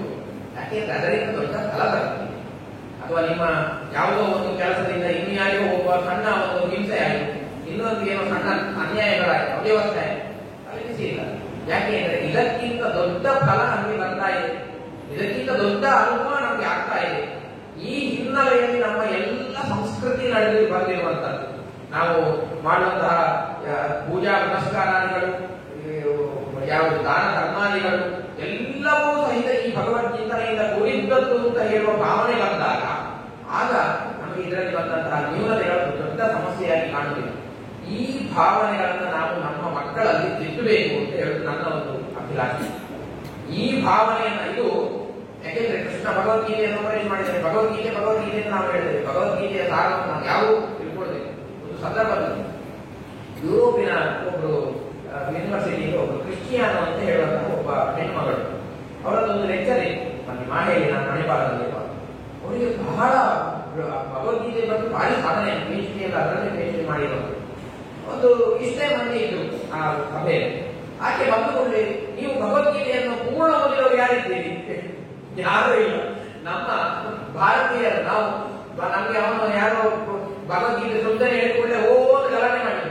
ಆ ಹೇಳಿದ ಕ್ಷಣದಿಂದ ಇವತ್ತಿನವರೆಗೆ ಯಾರು ಒಂದು ಶ್ಲೋಕವನ್ನು ಓದಲಿಲ್ಲ, ಅದನ್ನು ಒಂದು ಅರ್ಥ ಮಾಡ್ಕೊಳ್ಳಿಲ್ಲ. ಓದುದಂದ್ರೆ ಪಾರಾಯಣ ಮಾಡುತ್ತಲ್ಲ, ಅದು ಮಾಡುವುದಿಲ್ಲ. ಅದರ ಅರ್ಥವನ್ನು ಅರ್ಥ ಮಾಡಿಕೊಂಡು ಹೋಗ್ತಾ ಇದ್ದಾರೆ. ಬಹಳ ಸ್ವಾರಸ್ಯಕರವಾದಂತಹ ಸಿದ್ಧಾಂತವನ್ನು ಕೃಷ್ಣ ಹೇಳಿದ್ದು ಭಗವದ್ಗೀತೆಯನ್ನು. ನಾವು ಭಗವದ್ಗೀತೆಯನ್ನ ನಮ್ಮ ಹೃದಯ ಅಂತ ನಾವು ಸ್ವೀಕಾರ ಮಾಡುವುದು ಯಾಕೆ ಗೊತ್ತುಂಟ? ತತ್ವಜ್ಞಾನದ ಹೃದಯ ಅಂತ. ಇಷ್ಟು ನಾನು ಹೇಳಿದೆ ಅಲ್ಲ, ಇದು ಈ ಭಗವದ್ಗೀತೆಯ ಸಾರವನ್ನು ನಾನು ಹೇಳಿ ಕೃಷ್ಣ ಅರ್ಜುನನಿಗೆ ಹೇಳಿದ್ದೇ ಈ ಅಂಶವನ್ನು. ಅವರಿಗೆ ಸಮಸ್ಯೆ ಆಗುತ್ತೆ, ಹಾಗೆ ನಾನು ಯುದ್ಧ ಮಾಡಬೇಕು, ಇಷ್ಟೆಲ್ಲ ಹಿಂಸೆಗಳಾಗುತ್ತೆ. ಆದರೆ ಈ ಹಿಂಸೆಯ ಮುಂದೆ ಆಗುವಂತಹ ದೊಡ್ಡ ಅನರ್ಥಗಳನ್ನು ತಡೆಯುವುದಕ್ಕಾಗಿ, ಸಾವಿರಾರು ವರ್ಷಗಳ ಕಾಲದ ದೊಡ್ಡ ಅನರ್ಥವನ್ನು ತಡೆಯುವುದಕ್ಕಾಗಿ ಈ ಹಿಂಸೆ ಅನಿವಾರ್ಯ. ಈ ಹಿಂಸೆ ಅನಿವಾರ್ಯ ಅಂತ ಹೇಳಿದ್ರೆ, ನಿನ್ನ ಹೆಂಡತಿಗೆ ವಸ್ತ್ರಾಭರಣ ಮಾಡಲಿಕ್ಕೆ ಬಂದ ದುರ್ಯೋಧನ, ದುಶ್ಯಾಸನ, ನೀನು ನಿಮಗೆ ಆಸ್ತಿಯನ್ನು ಕೊಡಲಿಲ್ಲ ಹೇಳಿ ಯುದ್ಧ ಮಾಡಿದ್ರೆ ಇದು ದೊಡ್ಡ ಅನರ್ಥಕಾರಿ ಯುದ್ಧ, ಇದು ದೊಡ್ಡ ಹಿಂಸೆ ಮಹಾಭಾರತ. ಆದ್ರೆ ನೀನು ಮಾಡಬೇಕಾದದ್ದು ಇದಲ್ಲ, ನೀನು ಮಾಡಬೇಕಾದದ್ದು ಧರ್ಮ ಯುದ್ಧ. ಅದಕ್ಕಾಗಿ ನಿರ್ಮಮೋ ಭೂತ್ವ ಯುಜ್ಯಸ್ವ ವಿಗತ ಜ್ವರ, ನಿರಾಶಿ ನಿರ್ಮಮೋ ಭೂತ್ವ ಯುಜ್ಯಸ್ವ ವಿಗತ ಜ್ವರ ಅಂತ ಕೃಷ್ಣ ಹೇಳಿದ ಮಾತು. ಆಸೆಯನ್ನ ಬಿಟ್ಟು, ಮಮಕಾರವನ್ನ ಬಿಟ್ಟು ನೀನು ಯುದ್ಧವನ್ನ ಮಾಡು. ನಾನು ನನ್ನ ಆಸ್ತಿಗೋಸ್ಕರ ಅಂತ ನೀನು ಮಾಡಿದ್ರೆ ಅದು ದೊಡ್ಡ ಕೆಟ್ಟ ಕೆಲಸ. ಆದ್ರೆ ಸಮಾಜದ ಏಳಿಗೆಗಾಗಿ, ಉತ್ತಮ ಸಮಾಜದ ಒಂದು ನಿರ್ಮಾಣಕ್ಕಾಗಿ, ಉತ್ತಮ ಸಂಸ್ಕೃತಿಯ ನಿರ್ಮಾಣಕ್ಕಾಗಿ ನಾನು ಅನಿವಾರ್ಯವಾದ ನನ್ನ ಕರ್ತವ್ಯವನ್ನು ನಾನು ಮಾಡ್ತಾ ಇದ್ದೇನೆ ಅಂತ ಮಾಡಿದ್ರೆ ದೊಡ್ಡ ಯಜ್ಞ ಆಗುತ್ತೆ. ಆಗ ನೀವು ಇದರ ದುಷ್ಫಲಗಳು ಬರುವುದಿಲ್ಲ ಅಂತ ಕೃಷ್ಣ ಹೇಳಿದಂತಹ ಮಾತು. ಇದು ಗೀತೆಯ ಸಾರ. ಇದನ್ನ ನಾವು ನಮ್ಮ ಮಕ್ಕಳಿಗೆ ಹೇಳಿಕೊಟ್ರೆ ಆಗ ನಮ್ಮ ಸಿದ್ಧಾಂತ ಅದು ಬರೇ ಮರಗಿನ ಗಿಡಗಳಿಗೆ ಸುತ್ತು ಬರುವಂತದ್ದು ಅಥವಾ ಯಾವುದೋ ಒಂದು ಕಲ್ಲಿಗೆ ಅಭಿಷೇಕ ಮಾಡುವಂತಹ ಏನು ನಾವು ಹೇಳಿದ ಹಾವಾಡಿಗಳ ದೇಶ ಅಲ್ಲ. ಇದು ಬಹಳ ಪಕ್ವವಾದ ಚಿಂತನೆ ಇತ್ತು. ಸಮಾಜದ ಸ್ವಾಸ್ಥ್ಯವನ್ನ ನಿಲ್ಲಿಸುವಂತದ್ದು ಈ ಸಿದ್ಧಾಂತ. ನಿಮಗೆ ಭಗವದ್ಚಿಂತನೆ ಇಲ್ಲ, ಧರ್ಮನಿಷ್ಠೆ ಇಲ್ಲ ಅಂತಾದ್ರೆ ಯಾರೋ ಕಷ್ಟದಲ್ಲಿ, ನಾನು ಆಗ ಹೇಳಿದೆಲ್ಲ, ನಮ್ಮ ಹತ್ರ 1 ಕೋಟಿ ಇರುವಾಗ ನಾವು 10 ರೂಪಾಯಿ ಕೊಡುವುದು ದೊಡ್ಡ ವಿಷಯವೇ ಅಲ್ಲ. ಆದ್ರೆ ನಮ್ಮ ಗಿಡದಲ್ಲಿ ಹಣ ಇಲ್ಲ ಅಂತಾದಾಗ ನಾವು ಕಷ್ಟಪಟ್ಟು ಸಂಪಾದನೆ ಮಾಡಿ ಇನ್ನೊಬ್ಬರಿಗೆ ಸಹಾಯ ಮಾಡಬೇಕಲ್ಲ, ಆಗ ನಮ್ಮ ಜೀವನ ವ್ಯಕ್ತಿತ್ವ ಬರುವಂತ. ನಿಮಗೆ ಒಂದು ವೇಳೆ ಭಗವದ್ಚಿಂತನೆ ಇಲ್ಲ ಅಂತಾದ್ರೆ ನಾವು ಯಾಕೆ ಇನ್ನೊಬ್ಬರಿಗೆ ಅಷ್ಟು ಉಪಕಾರ ಮಾಡಬೇಕು, ಯಾಕೆ ಇಷ್ಟು ಕಷ್ಟಪಡಬೇಕು? ಸಹಜವಾಗಿ ನಾವು ಇನ್ನೊಬ್ಬರಿಗೆ ಉಪಕಾರ ಮಾಡುವಾಗ ಗಮನವನ್ನು ಹರಿಸುತ್ತೇವೆ. ಅಷ್ಟು ಮಾತ್ರ ಅಲ್ಲ, ಅನಾಯಾಸವಾಗಿ ಅಧರ್ಮದಲ್ಲಿ ನೋಡುತ್ತೇವೆ. ಸಮಾಜ ಈಗ ಇಷ್ಟು ಅಧರ್ಮ ಇದೆ, ರಾಜಾರೋಷವಾಗಿ ಭ್ರಷ್ಟಾಚಾರ ಮಾಡ್ತಾ ಇದ್ದಾರೆ, ರಾಜಾರೋಷವಾಗಿ ಅತ್ಯಾಚಾರ ಅನಾಚಾರ ನಡೀತಾ ಉಂಟು. ಯಾಕೆಂದ್ರೆ ಮನುಷ್ಯನಲ್ಲಿ ಧರ್ಮ ಪ್ರಜ್ಞೆ ಕಮ್ಮಿಯಾಗಿದೆ, ಭಯ ಇಲ್ಲ. ನನ್ನನ್ನ ನೋಡ್ತಾ ಇರುವಂತಹ ಯಾರೋ ಒಬ್ಬ ವ್ಯಕ್ತಿ ಮೇಲೆ ಇದ್ದಾನೆ, ನಾನು ಮಾಡಿದ ಈ ಕರ್ಮಕ್ಕೆ ಇವತ್ತಲ್ಲ ನಾಳೆ ನಾನು ಫಲವನ್ನು ಉಂಟು ಅಂತ ಹೇಳುವ ಧರ್ಮ ಪ್ರಜ್ಞೆ ಇಲ್ಲದೇ ಇರುವುದರಿಂದ ಇಷ್ಟು ಅನಾಚಾರಗಳೆಲ್ಲ ನಡೀತಾ ಇರೋದು. ಒಂದು ವೇಳೆ ನಮ್ಮಲ್ಲಿ ಭಗವತ್ ಪ್ರಜ್ಞೆ ಇದ್ದರೆ ನಾವು ಇನ್ನೊಬ್ಬರಿಗೆ ಕಷ್ಟ ಕೊಡ್ಲಿಕ್ಕೂ ಇಚ್ಛೆ ಪಡುವುದಿಲ್ಲ. ಯಾಕೆಂದ್ರೆ ಅವನ ಒಳಗಿರುವ ಭಗವಂತನಿಗೆ ದುಃಖ ಆಗಬಾರದು, ದೇವರು ಮಾಡಿಸಿದ್ದಾನೆ, ಏನೋ ನನ್ನ ಪ್ರಾರಂಭಕ್ಕೆ ಅನುಗುಣವಾಗಿ ಮಾಡಿಸಿದ್ದಾನೆ ಅಂತ ಸಮವಾದ ಭಾವನೆ, ಸಮ ದುಃಖ ಸಮಂ ಧೀರ ಸೋಮೃತತ್ವಾಯ ಕಲ್ಪನೆಯಿಂದ ದುಃಖ ಸುಖಗಳನ್ನು ಸಮವಾಗಿ ನೋಡುವಂತಹ ಧೈರ್ಯ ಧೀರತನ ಅದು ನಮ್ಮಲ್ಲಿ ಬರುತ್ತೆ. ಈ ಚಿಂತನೆಯನ್ನು ಕಲಿಸಿಕೊಟ್ಟದ್ದು ನಮ್ಮ ಸಂಸ್ಕೃತಿ. ಈ ಚಿಂತನೆಯಿಂದ ಸಹಿತವಾದ ನಮ್ಮ ನಿತ್ಯ ಜೀವನ ನಡೆಸುವುದಾದರೆ ಆಗ ಸಮಾಜವೂ ಸ್ವಸ್ಥವಾಗಿರುತ್ತೆ, ನಮ್ಮ ಮಕ್ಕಳಿಗೂ ನಮ್ಮ ಸಿದ್ಧಾಂತದ ಮೇಲೆ ನಮ್ಮ ಸಂಸ್ಕೃತಿಯ ಮೇಲೆ ಅಭಿಮಾನ ಬರುತ್ತೆ. ಪ್ರಾಯ ಒಂದು ಕನಿಷ್ಠ 60ರಿಂದ 70% ನಮಗೀಗ ಬಂದಿರುವಂತಹ ಸಮಸ್ಯೆಗಳೇನಿದೆ, ನಮ್ಮಲ್ಲಿರುವ ಒಗ್ಗಟ್ಟು ಇಲ್ಲದೆ ಇರುವಂತದ್ದು ಇರ್ಬೋದು, ಸ್ವಾಭಿಮಾನ ಇಲ್ಲದೆ ಇರುವಂತದ್ದು ಇರ್ಬೋದು, ಈ ಎಲ್ಲ ಸಮಸ್ಯೆಗಳಿಗೆ ಪರಿಹಾರ ಈ ಒಂದು ಇಂತಹ ಚಿಂತನೆ. ಇದು ಒಂದು ನಾನು ಉದಾಹರಣೆ ಕೊಟ್ಟಂತೆ ಇಂತಹ ಅನೇಕ ಚಿಂತನೆಗಳನ್ನು ನಾವು ಅಳವಡಿಸಿಕೊಂಡಲ್ಲಿ ಅದು ಬರುತ್ತೆ. ಇಂತಹ ಜಾಗೃತಿಯನ್ನ ನಾವು ನಮ್ಮಲ್ಲಿ ನಮ್ಮ ಮುಂದಿನ ಪೀಳಿಗೆಗೆ ನಾವೆಲ್ಲ ಮುಂದುವರಿಸಿಕೊಂಡು ಹೋಗೋಣ. ಅದರ ಜವಾಬ್ದಾರಿಯು ನಿಮ್ಮ ಸಂಘಟನೆಗೆ ಇದೆ ಎಂದು ನನ್ನೊಂದು ಪ್ರಾರ್ಥನೆ. ನೀವು ಹೇಳಿದ್ರೆ ಪ್ರತಿ ಬಾರಿ ಧಾರ್ಮಿಕ ಉಪನ್ಯಾಸಗಳು ಆಗುತ್ತೆ, ಅದನ್ನು ನಾವು ಹೆಚ್ಚು ಹೆಚ್ಚು ಬೇರೆ ಬೇರೆ ಒಂದು ರಚನಾತ್ಮಕವಾಗಿ ಜನರಿಗೆ ಅದರಲ್ಲಿ ಆಸಕ್ತಿ ಬರುವಂತೆ ನಮ್ಮ ಸ್ವಾಮಿಗಳಿಗೊಂದು ಯಾವಾಗಲೂ ಬೇರೆ ಎಲ್ಲ ಮತದವರು ಒಂದು ಮಸೀದಿಗೆ ಹೋಗುವುದು, ಇದಕ್ಕೆ ಹೋಗುವುದು ಎಲ್ಲ ಇದೆ. ನಮ್ಮಲ್ಲಿ ಬರೇ ನಾವು ಬ್ರಾಹ್ಮಣರು ಅಂತಲ್ಲ, ನಮ್ಮಲ್ಲಿ ಯಾವ ಮಕ್ಕಳನ್ನು ನಾವು ನಮಗೆ ನಮ್ಮ ಧಾರ್ಮಿಕ ಶಿಕ್ಷಣವನ್ನು ಕೊಡುವಂತಹ ಒಂದು ವ್ಯವಸ್ಥೆಯೇ ಇಲ್ಲ. ಹಾಗಾಗಿ ಪ್ರತಿ ನಿತ್ಯ ಅವರು ಮಾಡಿದ್ರು. ನಾನು ಸ್ವಾಮಿಗಳಲ್ಲಿ ಇರುವ ಸಮಯದಲ್ಲಿ ಸಮಯ ವಯಸ್ಸಾಗಿತ್ತು, ತುಂಬಾ ಎಲ್ಲ ಕಡೆ ಪಾದಯಾತ್ರೆ ಮಾಡಿ ಸಾಮೂಹಿಕ ಭಜನೆ ಒಂದು ಆದಿತ್ಯವಾರದ ದಿವಸ ಯಾವ ಎಲ್ಲ ಜಾತಿಯವರು ಸೇರಿ ಒಂದು ಭಜನೆ ಮಾಡುವುದು ಅಂತ ಮಾಡಿದ್ರು. ಅದನ್ನೆಲ್ಲ ನಾವು ಅವರಿಗೆ ಒಂದು ನೇತೃತ್ವ ಬೇಕು, ಒಂದು ನಾಯಕತನ ಇತ್ತು, ನಮಗೆ ಆಗದಿದ್ರು ಸಹಿತ ಕನಿಷ್ಠ ನಮ್ಮ ಮಕ್ಕಳಿಗೆ ಇಡೀ ಅಲ್ಲದಿದ್ದು ವಾರದಲ್ಲಿ ಒಂದು ದಿನ ಶಾಸ್ತ್ರದ ಶಿಕ್ಷಣವನ್ನ ಕೊಡುವಂತಹ, ನಮ್ಮ ಶಾಸ್ತ್ರದ ಆಳ ಅಗಲಗಳ ಬಗ್ಗೆ ಒಂದು ಮಾಹಿತಿಯನ್ನು ಕೊಡುವಂತಹ ಸರಳವಾದ ಒಂದು ಶಿಕ್ಷಣದ ವ್ಯವಸ್ಥೆ ನಮ್ಮ ಸಂಸ್ಥೆಯಿಂದ ಆಗುವಂತೆಲ್ಲ ಆದರೆ ಅದು ಮತ್ತಷ್ಟು ಪ್ರಭಾವಶಾಲಿಯಾಗಿ ಆಗಬಹುದು ಅಂತ ಭಾವಿಸ್ತಾ ನಾನು ನನ್ನ ನಾಲ್ಕು ಮಾತುಗಳನ್ನ ಭಗವಂತನಿಗೆ ಅರ್ಪಣೆ ಮಾಡ್ತಾ ಇದ್ದೇನೆ.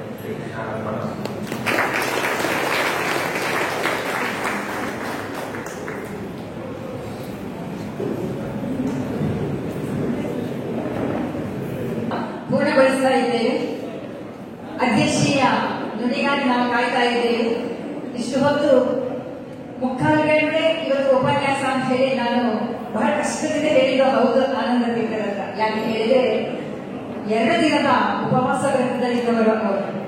ನನಗೆ ಸ್ವಲ್ಪ ಕಷ್ಟ ಆಯಿತು, ಆದರೆ ಅವರ ಈ ಒಂದು ಆಧ್ಯಾತ್ಮಿಕ ಶಕ್ತಿಯ ಚೈತನ್ಯವನ್ನು ನೋಡುವಾಗ ಮುಖದಲ್ಲಿ ಒಂದಿಷ್ಟು ನಿಗ್ರಹವಿಲ್ಲ, ಯಾವುದೇ ಒಂದು ಬೇಸರವಿಲ್ಲದೆ ಅವರು ಉಪನ್ಯಾಸ ಮಾಡಿಕೊಟ್ಟರು. ಎಲ್ಲ ತುಂಬಾ ಸಂತೋಷವಾಗಿದ್ದೇವೆ, ನಾವೆಲ್ಲ ತುಂಬಾ ಪುನೀತರಾಗಿದ್ದೇವೆ ಎಂದು ಹೇಳುತ್ತಾ ಮುಂದೆ ಅಧ್ಯಕ್ಷೀಯ ಭಾಷಣ ಪುರಾಣಿ ಇವರು. ದಯವಿಟ್ಟು 1/4 ಗಂಟೆ ಒಳಗೆ ನಮ್ಮ ಕಾರ್ಯಕ್ರಮ ಪೂರ್ಣಗೊಳ್ಳುತ್ತದೆ, ಎಲ್ಲರೂ ಸಹಕರಿಸಬೇಕು ಅಂತ ವಿನಿಸ್ತಾ ಇದ್ದೇನೆ.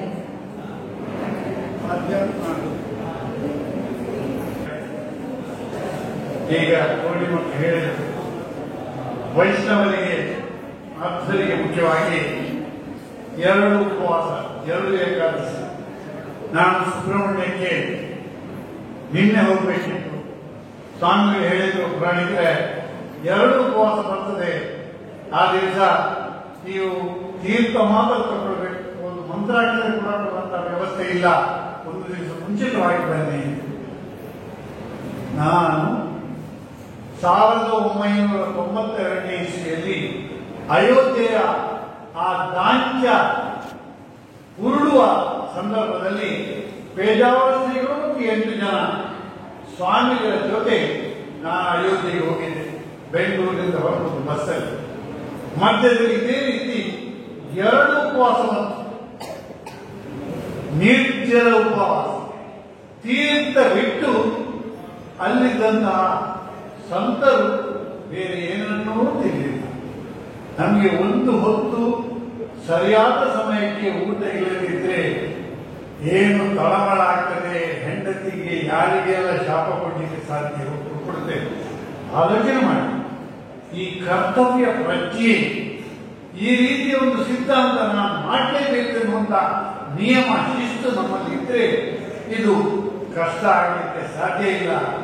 ಇವತ್ತು ನಮ್ಮ ಸಂತರಿಗೆ, ಪೇಜಾವರ ಶ್ರೀಗಳಂತವರಿಗೆ, ನಮ್ಮ ಅಷ್ಟಮಠಾಧೀಶರಿಗೆ ನಾವು ಯಾಕೆ ಗೌರವ ಕೊಡ್ತಂದ್ರೆ ಅವರಲ್ಲಿರ್ತಕ್ಕಂಥ ಆಂಧಿಕ ಅವರಲ್ಲಿರ್ತಕ್ಕಂಥ ಶಿಸ್ತು ತಪಸ್ಸು ಇದಕ್ಕೋಸ್ಕರ ನಾನು ಹೆಚ್ಚಿಗೆ ಹೇಳುವುದಿಲ್ಲ. ಆನಂದ ತೀರ್ಥ ಅಂತ ಮಧ್ವಾಚಾರ್ಯ ಇನ್ನೊಂದು ಆನಂದ ತೀರ್ಥ, ದಿವಂಗತ ರಾಘವೇಂದ್ರ ಉಪಾಧ್ಯಾಯ ಸಭ್ರಿ ದೊಡ್ಡ ವೇದಾಂತಿ ಅವರು ನಮ್ಮಲ್ಲಿ ಒಂದು ಉಪನ್ಯಾಸ ಮಾಡಿದ್ದಾರೆ. ಅವರ ಹಲವು ಉಪನ್ಯಾಸವನ್ನು ಕೇಳಿದರೆ ನಿಜವಾಗಿ ಸಮಾಜದಲ್ಲಿ ನಾನು ಇಷ್ಟು ಸಿದ್ಧಾಂತವನ್ನು ಜೀರ್ಣ ಮಾಡಿದ್ದೇನೆ ಅನ್ನತಕ್ಕಂಥ ಅಹಂಕಾರದ ಲವಲೇಶ ಕೂಡ ವ್ಯಕ್ತಿಯಲ್ಲಿಲ್ಲ. ಅಂತವರ ಒಂದು ಸುಪುತ್ರನಾಗಿ ಹುಟ್ಟಿದ್ದೇನೆ, ಪುಣ್ಯ ಮಾಡಿದ್ದೇನೆ. ಆ ದೃಷ್ಟಿಯಿಂದ 2 ದಿವಸದ ಉಪವಾಸವನ್ನು ಮಾಡಿ ಇವತ್ತು ಉಪನ್ಯಾಸವನ್ನು ಮಾಡಿದ್ದಾರೆ. ನಿಮಗೆ ಕೃತಜ್ಞತೆಗಳು. ಏನು ಆನಂದ ತೀರ್ಥರು ಹೇಳಿದಂತ ಚಿಂತನೆ ಇವತ್ತು ಹಿಂದೂ ಸಮಾಜದ ಆಂತರಿಕ ಶಕ್ತಿಯಾಗಿದೆ. ಮೇಲ್ನೋಟಕ್ಕೆ ಕಾಣತಕ್ಕಂಥ ಎಲ್ಲವನ್ನು ಕೂಡ ಉತ್ತರಿಸಬಲ್ಲಂತಹ ಆ ತಾಕತ್ತು ಈ ವಿಚಾರದಲ್ಲಿದೆ ಅಂತ ಅವರು ಹೇಳಿದರು. ಇಂದ ಹಲವು ಸಂದರ್ಭಗಳಲ್ಲಿ ನಾನು ಹೇಳ್ತೇನೆ, ಇವತ್ತು ಅಂತರ್ಜಾತೀಯ ವಿವಾಹ, ಅಂತರ್ಧರ್ಮದ ವಿವಾಹ, ತಂದೆ ತಾಯಿಗಳನ್ನು ವೃದ್ಧಾಶ್ರಮಕ್ಕೆ ಸೇರಿಸುವಂತಹ ವ್ಯವಸ್ಥೆ, ಅಣ್ಣ ತಮ್ಮ ಚೂರಿ ಕತ್ತಿ ಇಟ್ಕೊಂಡು ಹೋರಾಟ ಮಾಡುವಂತಹದ್ದು, ಇದು ಎಲ್ಲದಕ್ಕೂ ಕಾರಣ ಏನು ಅಂದ್ರೆ ನಮ್ಮಲ್ಲಿಯ ಶ್ರದ್ಧೆಯ ಕೊರತೆ, ಧರ್ಮದ ಬಗ್ಗೆ ನಮಗೆ ಅರಿವಿನ ಕೊರತೆ.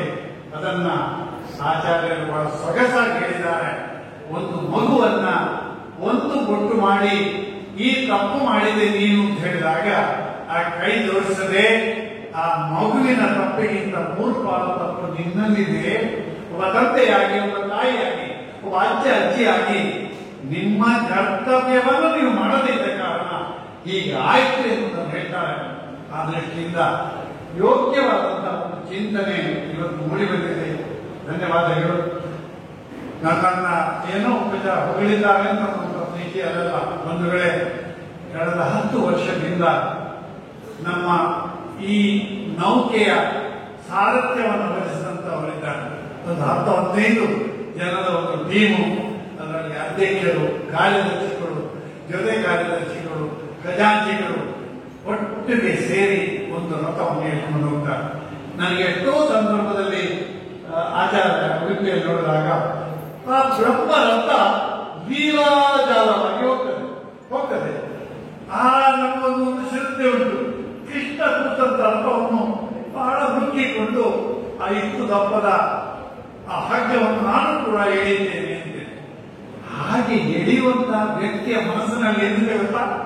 ನಿನ್ನ ಶಕ್ತಿಯಿಂದ ರಥ ಬರ್ತಾ ಇದೆ, ನೀನು ನಿಮಿತ್ತ ಮಾತ್ರ ಅಂತ ಹೇಳುವುದಲ್ಲ, ನೀನು ನಿನ್ನ ಪ್ರಯತ್ನ, ನಿನ್ನ ಸೇವೆಯಿಂದ ಆ ರಥ ಹೋಗ್ತಾ ಇದೆ ಅಂತ ಹೇಳಿ ಆ ರಥ ಮುಂದೆ ಚಲಿಸುವಾಗ ಗೋವಿಂದಾನಿ ಗೋವಿಂದ ಅಂತ ನಾವು ಹೇಳ್ತೇವೆ, ಸಂತೋಷಿದ್ದೇವೆ. ಅದೇ ರೀತಿ ನಮ್ಮ ಈ ಸಮಾಜದ, ಈ ಸನಾತನ ಧರ್ಮದ ರಥವನ್ನ ಎಳೆಯುವಲ್ಲಿ ವಿಪ್ಲವರ ಪಾತ್ರ ಅತ್ಯಂತ ಪ್ರಮುಖವಾದದ್ದು ಎನ್ನುವುದನ್ನ ಆಚಾರ್ಯರು ಹೇಳಿದರು. ಕೇವಲ ಒಂದು ಯಜ್ಞೋಪವೀತವನ್ನು ಹಾಕಿದ್ದೇನೆ, ಭಸ್ಮ ಅಥವಾ ನಾನು ಗೋಪಿಚಂದ್ರವನ್ನು ಹಾಕಿದ್ದೇನೆ, ಉಳಿದವರನ್ನ ಏಕವಚನದಿಂದ ಕೇಳಿದ್ದೇನೆ, ಆ ರೀತಿಯಿಂದ ಅವರನ್ನ ಜೊತೆ ನಾನು ಸಹಪಂಕ್ತಿ ಮಾಡುವುದಿಲ್ಲ ಎನ್ನುವ ಕಾರಣಕ್ಕೆ ನಾವು ಬ್ರಾಹ್ಮಣರಲ್ಲ. ನಾವು ಉಳಿದವರಿಗೆ ಮೇಲ್ಪಂಕ್ತಿಯನ್ನು ಹಾಕಬೇಕು. ನಮ್ಮ ಹಿರಿಯರಾದ ಬಿ ಕೆ ರಾಮಕೃಷ್ಣರಾಗಿದ್ದಾರೆ, 90 ವರ್ಷ ಹೆಚ್ಚು ಕಡಿಮೆ. ಇವತ್ತು ನಮ್ಮ ಅಕ್ಕ ಇದ್ದಾರೆ. ಈ ವಯಸ್ಸಿನಲ್ಲಿ ಕೂಡ ಅವರ ಮಾನಸಿಕ ಸ್ಥೈರ್ಯ ಏನಿದೆ, ಲೀಲಾ ಉಪಾಧ್ಯಾಯರಿಗೆ ಸೇರಿ ಏನಿದೆ, ಅವರಿಗೆ ಒಂದು ಶಕ್ತಿಯನ್ನು ತುಂಬುತ್ತೆ. ಆ ದೃಷ್ಟಿಯಿಂದ ಈ ವಿಪ್ರ ಸಮಾವೇಶ ವೇದಿಕೆಯನ್ನ ನಾವು ಹಿರಿಯರು ಆರಂಭ ಮಾಡುವ ಉದ್ದೇಶ ಇಷ್ಟೇ. ನಮ್ಮ ಸಮಾಜದಲ್ಲಿ ಪ್ರತಿಯೊಂದು ಒಳಪಂಗಡಕ್ಕೂ ಒಂದು ವ್ಯವಸ್ಥೆ ಇದೆ, ಒಂದು ಸಂಘಟನೆ ಇದೆ. ಶಿವಳ್ಳಿಯಲ್ಲಿ ಮಾತ್ರ ಇಲ್ಲ, ಉಳಿದವರಿಗೆಲ್ಲ ಕೋಟ, ಕೋಟೇಶ್ವರ, ಅನಂತರ ಸ್ಥಾನಿಕ ಪ್ರತಿಯೊಂದು ಒಂದು ಒಳಪಂಗಡ ಇದೆ, ಬೇಕು. ಅವರವರ ಒಂದು ಏನನ್ನ ಇಟ್ಟುಕೊಳ್ಳಿಕ್ಕೆ, ಆಂತರಿಕ ವಿಷಯವನ್ನ ಇಟ್ಟುಕೊಳ್ಳಿಕ್ಕೆ ಬೇಕು. ಆದರೆ ಸಾಮಾನ್ಯವಾಗಿ ಉಡುಪಿಯಲ್ಲಿ ಮತ್ತು ಈ ಭಾಗದಲ್ಲಿ ಶಿವಳ್ಳಿಯವರ ಸಂಘಟನೆ ಬಹಳ ಕಷ್ಟ. ಯಾಕೆಂದ್ರೆ ಎಲ್ಲರೂ ನಾವು ತುಂಬಾ ಜನ ಇದ್ದೇವೆ. ಅದೇ ಬೆಂಗಳೂರಿಗೆ ಹೋಗಿ, ಮೈಸೂರಿಗೆ ಹೋಗಿ ಅಲ್ಲಿ ಒಳ್ಳೆ ರೀತಿಯಲ್ಲಿ ನಮ್ಮ ಉಡುಪಿಯವರು ಆನಂದ ಬಳಗ ಮಾಡಿದ್ದಾರೆ, ಇನ್ನೊಂದು ಮಾಡಿದ್ದಾರೆ. ಮೈಸೂರಿನಲ್ಲಿ ಕೃಷ್ಣ ಇದಿದೆ, ಎಲ್ಲ ಮಾಡಲಿಕ್ಕೆ ಆಗ್ತದೆ. ಏನಿದ್ರು ಕೂಡ ಇಷ್ಟು ಮಾತ್ರ ಹೇಳಬಲ್ಲೆ, ಅತ್ಯಂತ ಪ್ರಾಮಾಣಿಕವಾಗಿ ಈ ಒಂದು ಸಂಘಟನೆಯನ್ನ ಬೆಳೆಸಿ ಸಮಾಜಕ್ಕೆ ಏನಾದರೂ ಒಂದನ್ನು ಕೊಡಬೇಕು ನಾವು ಎನ್ನುವ ಉದ್ದೇಶದಿಂದ ಧಾರ್ಮಿಕ, ಸಾಮಾಜಿಕ, ಸಾಂಸ್ಕೃತಿಕ, ವಿದ್ಯೆಗೆ ಸಂಬಂಧಪಟ್ಟ ಪ್ರವಾಸ, ಇನ್ನು 10 ಹಲವು ವಿಚಾರವನ್ನ ವಿಪ್ರ ಸಮಾಜ ವೇದಿಕೆ ಇವತ್ತು ಹಂಚಿಕೊಂಡು ಬರ್ತಾ ಇದೆ. 10 ವರ್ಷದ ಸುದೀರ್ಘ ಸೇವೆಯ ಮಧ್ಯದಲ್ಲಿ 2-3 ವರ್ಷ ಕೋವಿಡ್ದಿಂದ ಅವರಿಗೆ ಪಾಪ ಹೆಚ್ಚು ಕೆಲಸ ಮಾಡಲಿಕ್ಕೆ ಆಗಿಲ್ಲ. ಹಾಗೆ ನಾ ಹೇಳಿದರೆ ಪುನಃ ಮುಂದುವರಿಸಬೇಕು. ಯಾವ ಸಂದರ್ಭದಲ್ಲಿ ಅವರ ಕೈ ಕಟ್ಟಿ ಕೂತರು ಅವರ ಶಕ್ತಿಯನ್ನ, ಸಾಮರ್ಥ್ಯವನ್ನ ತೋರಿಸಲಿಕ್ಕೆ ಆಗ್ತದೆ. ಅತ್ಯಂತ ಪ್ರಾಮಾಣಿಕವಾಗಿ ಪ್ರತಿಯೊಂದು ಸಂಘಟನೆಯೂ ಕೂಡ ಈ ರೀತಿಯ ಪ್ರಾಮಾಣಿಕ ಪ್ರಯತ್ನವನ್ನು ಮಾಡಿ ಒಳಗಡೆ ಏನಾದರೂ ನೀರಿದ್ದಲ್ಲಿ ಕೆಸರು ಇರ್ತದೆ, ಆ ಕೆಸರನ್ನೇ ಕೊಳಚೆ ಮಾಡಿ ನಾವು ಕುಡಿಯದೆ ನಮ್ಮಲ್ಲಿ ಆಂತರಿಕ ಒಂದು ಶಿಸ್ತು, ನಮ್ಮಲ್ಲಿ ಒಗ್ಗಟ್ಟು, ಯಾರಾದರೂ ಒಂದು ಒಳ್ಳೆಯ ಕೆಲಸವನ್ನು ಮಾಡಿದಾಗೆ ಶಬಾಸ್ ಒಳ್ಳೆಯ ಕೆಲಸ ಮಾಡಿದ ಇರತಕ್ಕಂಥ ಒಂದು ಮಾನಸಿಕತೆ ನಮ್ಮಲ್ಲಿ ಇರಬೇಕು. ಅದು ಇಲ್ಲದೆ ಇದ್ದಾಗ ಪ್ರತಿಯೊಂದು ವಿಚಾರವನ್ನು ಕೂಡ ಆ ರೀತಿಯಲ್ಲಿ ಖಂಡನೆ ಮಾಡುವಂತಹ, ದೋಷವನ್ನೇ ಹುಡುಕುವಂತಹ ಒಂದು ಗುಣ ನಮ್ಮಲ್ಲಿ ಬೆಳೆಸಿದ್ರೆ ನಾವು ಯಾವ ಸಾಧನೆಯನ್ನು ಮಾಡಲಿಕ್ಕೆ ಸಾಧ್ಯ ಇಲ್ಲ ಅಂತ ಹೇಳ್ತಾ, ಈ ವಿಪ್ರ ಸಮಾಜ ವೇದಿಕೆಯ ಹುಟ್ಟಿನ ಉದ್ದೇಶ ಇನ್ನಷ್ಟು ಜನರನ್ನ ಇದರಲ್ಲಿ ಸೇರಿಸಿಕೊಂಡು ಇವತ್ತು ಭಾನುವಾರ ಬೇರೆ ಬೇರೆ ಕಾರ್ಯಕ್ರಮ ಇದ್ರೂ ಕೂಡ ಇಷ್ಟೊಂದು ಜನ ನಮ್ಮ ಸಮಾಜದ ಬಂಧುಗಳು, ಮುಖ್ಯವಾಗಿ ಹೇಳೋದಾದರೆ ನಮ್ಮ ತಾಯಂದಿರಿಗೆ, ಅಲ್ಲಿ ಕೂತ ತಾಯಂದಿರಿಗೆ ನಮಗೆ ಬಯಲು ಪದಾರ್ಥಿ ಎಷ್ಟು ಜನರಿಗೆ ನಾನು ಉತ್ತರ ಕೊಡಲಿಕ್ಕೆ ಉಂಟು ಅಂತ ಕೂತಿದ್ರು ಕೂಡ ಪಾಪ ಇಷ್ಟು ಸಂಯಮದಿಂದ ಅವರು ಇಲ್ಲಿ ಕೂತಿದ್ದಾರೆ. ಈ ಒಂದು ಸಂಘಟನೆ ಇನ್ನಷ್ಟು ಚೆನ್ನಾಗಿ ಬೆಳೆಯಲಿ, ಇಂತಹ ವಿದ್ವಾಂಸರಿಂದ, ಕಲಾವಿದರಿಂದ ಇನ್ನಷ್ಟು ಕಲಾ ಕಾಣಿಕೆಯನ್ನು ಕೊಡುವ ರೀತಿಯಲ್ಲಿ ಈ ಸಂಘಟನೆ ಬೆಳೆಯಲಿ ಅಂತ ಹೇಳ್ತಾ, ನಾಳೆಯ ದಿನ ನಾವೊಂದು ಶಿಲಾನ್ಯಾಸದ ಕಾರ್ಯಕ್ರಮ ಇಟ್ಟುಕೊಂಡಿದ್ದೇವೆ. ಹೆಚ್ಚು ಪ್ರಚಾರ ಮಾಡಲಿಲ್ಲ. ಯಾಕೆಂತಂದ್ರೆ ಈ ನಮ್ಮ ಸಂಸ್ಥೆಯಲ್ಲಿ ಒಂದು 53 ಜನ ಇಲ್ಲಿ ಕೂತ್ಕೊಳಿಸಬಹುದು, ಮೇಲಿನ ಹಾಲನ್ನು 300 ಜನ ಕೂತ್ಕೊಳ್ಬಹುದು. ನಮ್ಮ ಈ ವಿದ್ಯಾಸಂಸ್ಥೆಯಲ್ಲಿ 3,500 ವಿದ್ಯಾರ್ಥಿಗಳಿದ್ದಾರೆ. 3,500 ವಿದ್ಯಾರ್ಥಿಗಳು. ಆ ವಿದ್ಯಾರ್ಥಿಗಳನ್ನ ಒಟ್ಟು ಕೂಡಿಸಿ ಒಂದೇ ಕಾರ್ಯಕ್ರಮ ಮಾಡಲಿಕ್ಕೆ ನಮ್ಗೆ ಆಗುದಿಲ್ಲ. ಅದು ಇಂಡಿಪೆಂಡೆನ್ಸ್ ಡೇ ಇರಲಿ, ರಿಪಬ್ಲಿಕ್ ಡೇ ಇರಲಿ, ಏನು ಕೆಲಸ ಮಾಡಿದ್ರು ನಾವು ಯೋಚನೆ ಮಾಡಬೇಕಾದ್ರೆ ಅಂತ ಮಳೆ ಬರ್ತದೆ, ಏನು ಮಾಡಬೇಕು. ಅದಕ್ಕೋಸ್ಕರ ಎತ್ತರದ ಮೇಲ್ಚಾವಣಿಯನ್ನ ಹಾಕಿ ಅದು ನಮ್ಮ ಮುಂದಿನ ಪೀಳಿಗೆಗೆ ಉಪಯೋಗ, ಸಮಾಜಕ್ಕೆ ಉಪಯೋಗ. ನಮ್ಮ ಸಮಾಜದವರು ಒಂದು ದೊಡ್ಡ ಕಾರ್ಯಕ್ರಮ ಮಾಡೋದಕ್ಕೂ ಕೂಡ ಇದಕ್ಕೆ ಅವಕಾಶ ಇದೆ. ಅದಕ್ಕೋಸ್ಕರ ನಮಗೆ ಸ್ವಲ್ಪ ಆರ್ಥಿಕ ಮುಗ್ಗಟ್ಟು ಇದೆ. ಯಾಕೆ ಅಂತಂದ್ರೆ ನಮ್ಮ ತುಳುನಾಡು ಎಜುಕೇಶನ್ ಟ್ರಸ್ಟ್ 10 ಸಂಸ್ಥೆಗಳನ್ನು ನಡೆಸ್ತಾ ಇದೆ. ಆಯುರ್ವೇದಿಕ ಆಸ್ಪತ್ರೆ, ನ್ಯಾಚುರೋಪತಿ ಆಸ್ಪತ್ರೆ, ಕಾಲೇಜು, ಡಿಗ್ರಿ ಕಾಲೇಜು, 2 PUC ಕಾಲೇಜುಗಳು, 4 ಹೈಸ್ಕೂಲುಗಳು. ಇವತ್ತಿನ ಈ ದಾವದಲ್ಲಿ ನಮಗೆ ಸ್ಪರ್ಧೆ ಕೊಡ್ತಕ್ಕಂಥ 100 ವಿಚಾರಗಳಿವೆ. ಅದನ್ನು ನಾವು ಸಮರ್ಥವಾಗಿ ಎದುರಿಸದೇ ಇದ್ರೆ ನಾವು ನಗಣ್ಯವಾಗ್ತದೆ, ನಾವು ಬದುಕಿ ಸೇರುವಂತಹ ಸಾಧ್ಯತೆ ಇದೆ ಅಂತ ತಿಳ್ಕೊಳ್ತಾ, ಸಮಾಜದ ಈ ದೊಡ್ಡ ಬ್ರಹ್ಮರಥವನ್ನ ನಮ್ಮ ಎಲ್ಲರ ಸಹಕಾರದಿಂದ ಎಳೆಯುವ ಇವತ್ತು ನಮ್ಮ ನಿಕಟಪೂರ್ವ ಅಧ್ಯಕ್ಷರಾದ ರಾಮಕೃಷ್ಣ ರಾಯ್ 25 ನಮ್ಗೆ ಗೊತ್ತಿಲ್ಲ, ಅವ್ರ ಸ್ವಂತ ಲೆಕ್ಕ ಕೊಟ್ಟದಲ್ಲ, ತುಂಬಾ ಕೊಡ್ತಾ ಇದ್ದಾರೆ. ಈ ರೀತಿಯ ಮನೋಭಾವ ಇಲ್ಲದಿದ್ದರೆ ಮಾತ್ರ ನಮ್ಮ ಸಂಘಟನೆ ಬೆಳೆಯಲಿಕ್ಕೆ ಸಾಧ್ಯ ಇದೆ ಅಂತ ಹೇಳ್ತಾ, ಯಾರಿಗೂ ಕೂಡ ಒತ್ತಾಯ ಇಲ್ಲ. ಆದ್ರೆ ಎಷ್ಟೋ ಜನ ಹೇಳ್ತಾರೆ ನಮ್ಮಲ್ಲಿ ಒಂದು ಟ್ರಸ್ಟ್ ಇದೆ, ಆ ಟ್ರಸ್ಟಿನಿಂದ ದುಡ್ಡು ಯಾರಿಗೆ ಕೊಡುವುದು ಅಂತ ಗೊತ್ತಿಲ್ಲ ಅಂತ ಹೇಳ್ತಾರೆ. ಇದ್ದಕ್ಕಿದ್ದಾಗೆ ನಮ್ಮ ಲೀಲಾ ಉಪಾಧ್ಯಾಯರು ಒಂದು 25,000 ರೂಪಾಯಿ ಚೆಕ್ ಕೊಡ್ತಾರೆ. ಪುರಾಣಿಗೆ 25,000 ರೂಪಾಯಿ ನಮ್ದು ಎಕ್ಸ್ಟ್ರಾ ಕೊಟ್ಟು ಇದು ನಮ್ಮ ತುಳು ಆಗಿರೋದಕ್ಕೆ ಕೊಡ್ತೇನೆ. ನಮ್ಮ ಶುಭೋದಯ ಶಾಲೆಗೆ ಕೂಡಿ ಯಾರಿಗೂ ಹೇಳುವುದಿಲ್ಲ, ಅದರ ರಸೀಟ್ ಮಾತ್ರ ತಗೊಳ್ತಾರೆ. ಇಂತಹ ತುಂಬಾ ಜನ ಬಂಧುಗಳು ನಮ್ಮ ಸಮಾಜದಲ್ಲಿ ಇರುವುದರ ಕಾರಣ ನಮ್ಮ ಸಂಘಟನೆ ಬೆಳೀತಾ ಇದೆ. ಬ್ರಾಹ್ಮಣರ ಸಂಘಟನೆ ಅತ್ಯಂತ ಸಂತೃಪ್ತಿಯಿಂದ ನಾನು ಹೇಳುವಂತಹದ್ದು, ಈ ಶಾರದಾ ವಿದ್ಯಾ ಸಮೂಹ ಸಂಸ್ಥೆಗಳು ಒಳ್ಳೆಯ ಕೆಲಸವನ್ನು ಮಾಡಿದ್ದಿದ್ರೆ ನಮ್ಮ ಸಮಾಜ, ಅಲ್ಲಿ ಮೇಲೆ ಕೂತಂತಹ ನಮ್ಮ ಹಿರಿಯರು, ಅವರ ಪರಿಶ್ರಮ, ದೂರದೃಷ್ಟಿ, ನಮ್ಮ ಸಮಾಜ ಬ್ರಾಹ್ಮಣ ಸಮಾಜ ಮಾತ್ರ ಅಲ್ಲ, ನಮ್ಮ ಸಮಾಜ ಅಂತ ಹೇಳಿದ್ರೆ ಎಲ್ಲ ಸಮಾಜ ಹೃದಯ ತುಂಬಿ ನಮಗೆ ಕಾಣಿಕೆಯನ್ನು ಕೊಟ್ಟ ಕಾರಣ ಇಷ್ಟು ಒಳ್ಳೆಯ ವ್ಯವಸ್ಥೆಯನ್ನು ಮಾಡಲಿಕ್ಕೆ ಸಾಧ್ಯ ಇದೆ. ನಾಳೆ ಆರಂಭವಾಗಿರತಕ್ಕಂಥ ಈ ಕೆಲಸ ಕೂಡ ಅತ್ಯಂತ ವ್ಯವಸ್ಥಿತವಾಗಿ ತ್ವರಿತವಾಗಿ ಮುಗಿಲಿದೆ. ನಾವೆಲ್ಲ ಭಗವಂತನಲ್ಲಿ ಪ್ರಾರ್ಥನೆ ಮಾಡುವ.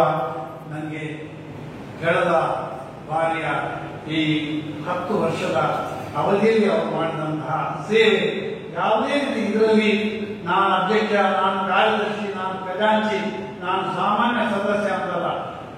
ಒಂದು ದಿವಸ 15 ದಿವಸ ಮುಂಚಿತವಾಗಿ 8-10 ಜನ ಇಲ್ಲಿವರೆಗೆ ಕೂತರು, ಸ್ಟಾಂಪ್ ಮಾಡಿದ್ರು, ಅಡ್ರೆಸ್ ಕೊಟ್ಟು ಹಚ್ಚಿದ್ರು. ಈ ರೀತಿ ಒಂದು ಸಂಘಟಿತ ಪ್ರಯತ್ನ ವಿಪ್ರ ಸಮಾಜದಿಂದ ಆಗ್ತದೆ. ಸಾಮಾನ್ಯ ಹೇಳ್ತಾರೆ ಬ್ರಾಹ್ಮಣರು ಒಟ್ಟಾಗುವುದಿಲ್ಲ, ನಮ್ಮಲ್ಲಿ ಸಂಘಟನೆ ಸಾಧ್ಯ ಇದೆ. ಇವರು ಅರ್ಥ ಮಾಡಿದ್ರೆ ಒಟ್ಟಿದ್ದಾರೆ ಬೇರೆ ಬೇರೆ ಸಮಸ್ಯೆಗಳು. ಅದಕ್ಕೆ ಅಪವಾಗುವ ರೀತಿಯಲ್ಲಿ ನಮ್ಮ ವಿಪ್ರ ಸಮಾಜ ಕೆಲಸ ಮಾಡ್ತಾ ಇದೆ. ಎಲ್ಲ ಸಮಾಜ, ವಿಪ್ರ ಸಮಾಜ ಒಟ್ಟಿಗೆ ಸೇರುವಂತ ಈ ಕೆಲಸ ಇನ್ನಷ್ಟು ಒಳ್ಳೆಯ ಕೆಲಸವನ್ನು ಮಾಡಲಿಕ್ಕೆ ಆ ಭಗವಂತ, ಆ ಶಾರದಾ ಮಾತೆ ನಮಗೆ ಶಕ್ತಿ ಕೊಡಲಿ. ಇಂತಹ ತರುಣ ವಿದ್ವಾಂಸರನ್ನ ಬೇಜಾವರ ಶ್ರೀಗಳಂತಹ ಶ್ರೀಗಳು ಕೊಟ್ಟಿದ್ದಾರೆ. ಇವತ್ತು ನಾನು ಹೇಳ್ತೇನೆ, ವಿದ್ಯಾಪೀಠದಂತಹ ಒಂದು ಸಂಸ್ಥೆ ಇವತ್ತು ಇಲ್ಲದೆ ಇದ್ರೆ ನಮ್ಮ ಸಮಾಜದಲ್ಲಿ ಧಾರ್ಮಿಕ ಪ್ರಪಂಚಕ್ಕೆ ಜನ ಸಿಕ್ಕಾಗಿದೆ. ಇವರು ಮಾತ್ರ ಎಲ್ಲ ಮಠಾಧೀಶರು ಅವರವರ ವಿದ್ಯಾಪೀಠವನ್ನ ತಲೆಮಾರಿನಲ್ಲಿದೆ, ಇದರಲ್ಲಿದೆ, ಒತ್ತಿಗೆಯಲ್ಲಿದೆ, ಪ್ರತಿಯೊಂದು ಮಠದಲ್ಲಿ ಕೂಡ ಇದೆ. ನಾನು ಎಳನೀರಿಗೆ ಹೋಗಿದ್ದೆ ಮೊನ್ನೆ ಮನೆಯವರಿಗೆ ಎಳ್ನೀರಿನಲ್ಲಿ ವಿದ್ಯಾಪೀಠ ಇರಲಿಲ್ಲ. ಈಗ ವಿದ್ಯಾಪೀಠವನ್ನು ಆರಂಭ ಮಾಡಿದ್ದಾರೆ ಎಲ್ಲರ ಸಹಕಾರದಿಂದ. ಈ ರೀತಿ ಅವರೆಲ್ಲ ಪ್ರೇರಣೆಯಿಂದ ನಮ್ಮ ಧಾರ್ಮಿಕ ಪ್ರಪಂಚಕ್ಕೆ ಇಂತಹ ವಿದ್ವಾಂಸರನ್ನು ಕೊಟ್ಟಿದ್ದಾರೆ. ನಿಮ್ಗೆ ಮದುವೆ ಆಗಿದೆ, ಚಂದ ಇದ್ದೀರಿ, ತೊಂದರೆ ಇಲ್ಲ. ಈಗ ಈ ವಿದ್ವಾಂಸರಿಗೆ, ಪುರೋಹಿತರಿಗೆ ದೊಡ್ಡ ತೊಂದರೆ ಇದೆ. ಹೇಗೆ ತೊಂದರೆ ಇದ್ರೆ, ನಾನು 21 ಹೆಣ್ಣು ಮಕ್ಕಳಿಗೆ ಮದುವೆ ಮಾಡಿದೆ. ನಮ್ಮ ಅನಾಥಾಶ್ರಮ, ನಮ್ಮ ಗೋವಿಂದಾಶ್ರಮದ ಹೆಣ್ಣು ಮಕ್ಕಳು. ಈಗ ನಮ್ಮಲ್ಲಿ ಹೆಚ್ಚು ಹೆಣ್ಣು ಮಕ್ಕಳು ಇಲ್ಲ. ಆಗ ಫೋನ್ ಬರ್ತಾ ಇದೆ ಬ್ರಾಹ್ಮಣರಿಂದ, ನಿಕ್ಲಡೆ ಧಾರಾಳ ಜೀವನ ಪ್ರಾಯ ತಂಡದಾಗ ಅದಕ್ಕೆ ಏನೋ ಹುಡುಗರಿಗೆ 45 ವರ್ಷ ಒಂದು ಹುಡುಗಿ ಇದೆಯಾ ಅಂತ. ಅದಕ್ಕೆ ಕಾರಣ ಅಂದರೆ ಅವ್ರು ಹೇಳಿದ ಹಾಗೆ ನಮ್ಮಲ್ಲಿ ಅಂತರ್ಜಾತೀಯ ಇರುವ ಮತ್ತೆ ಹೇಳಿದ ಉದಾಹರಣೆ ಹೆಣ್ಣು ಮಕ್ಕಳಿಗೆ ಕೊಡುವ ಒಂದು ಶಿಕ್ಷಣದ ಕೊರತೆ ಅಂತ ಹೇಳ್ತಾ, ಈ ಎಲ್ಲ ಸಮಸ್ಯೆಗಳಿಗೆ ಪರಿಹಾರ ನಾವೇ ಕಂಡುಕೊಳ್ಳುವ ಹಾಗೆ ಆಗಲಿ ಅಂತ ಹೇಳ್ತಾ, ಮತ್ತೊಮ್ಮೆ ನಮಗೆ ಪೂರಕವಾದಂತಹ ಧನ್ಯವಾದವನ್ನು ಸಂಘಟನೆ ಮತ್ತೆ ಹೇಳ್ತಾ ನನ್ನ ಮಾತನ್ನು ನಿರ್ವಹಿಸ್ತೇನೆ.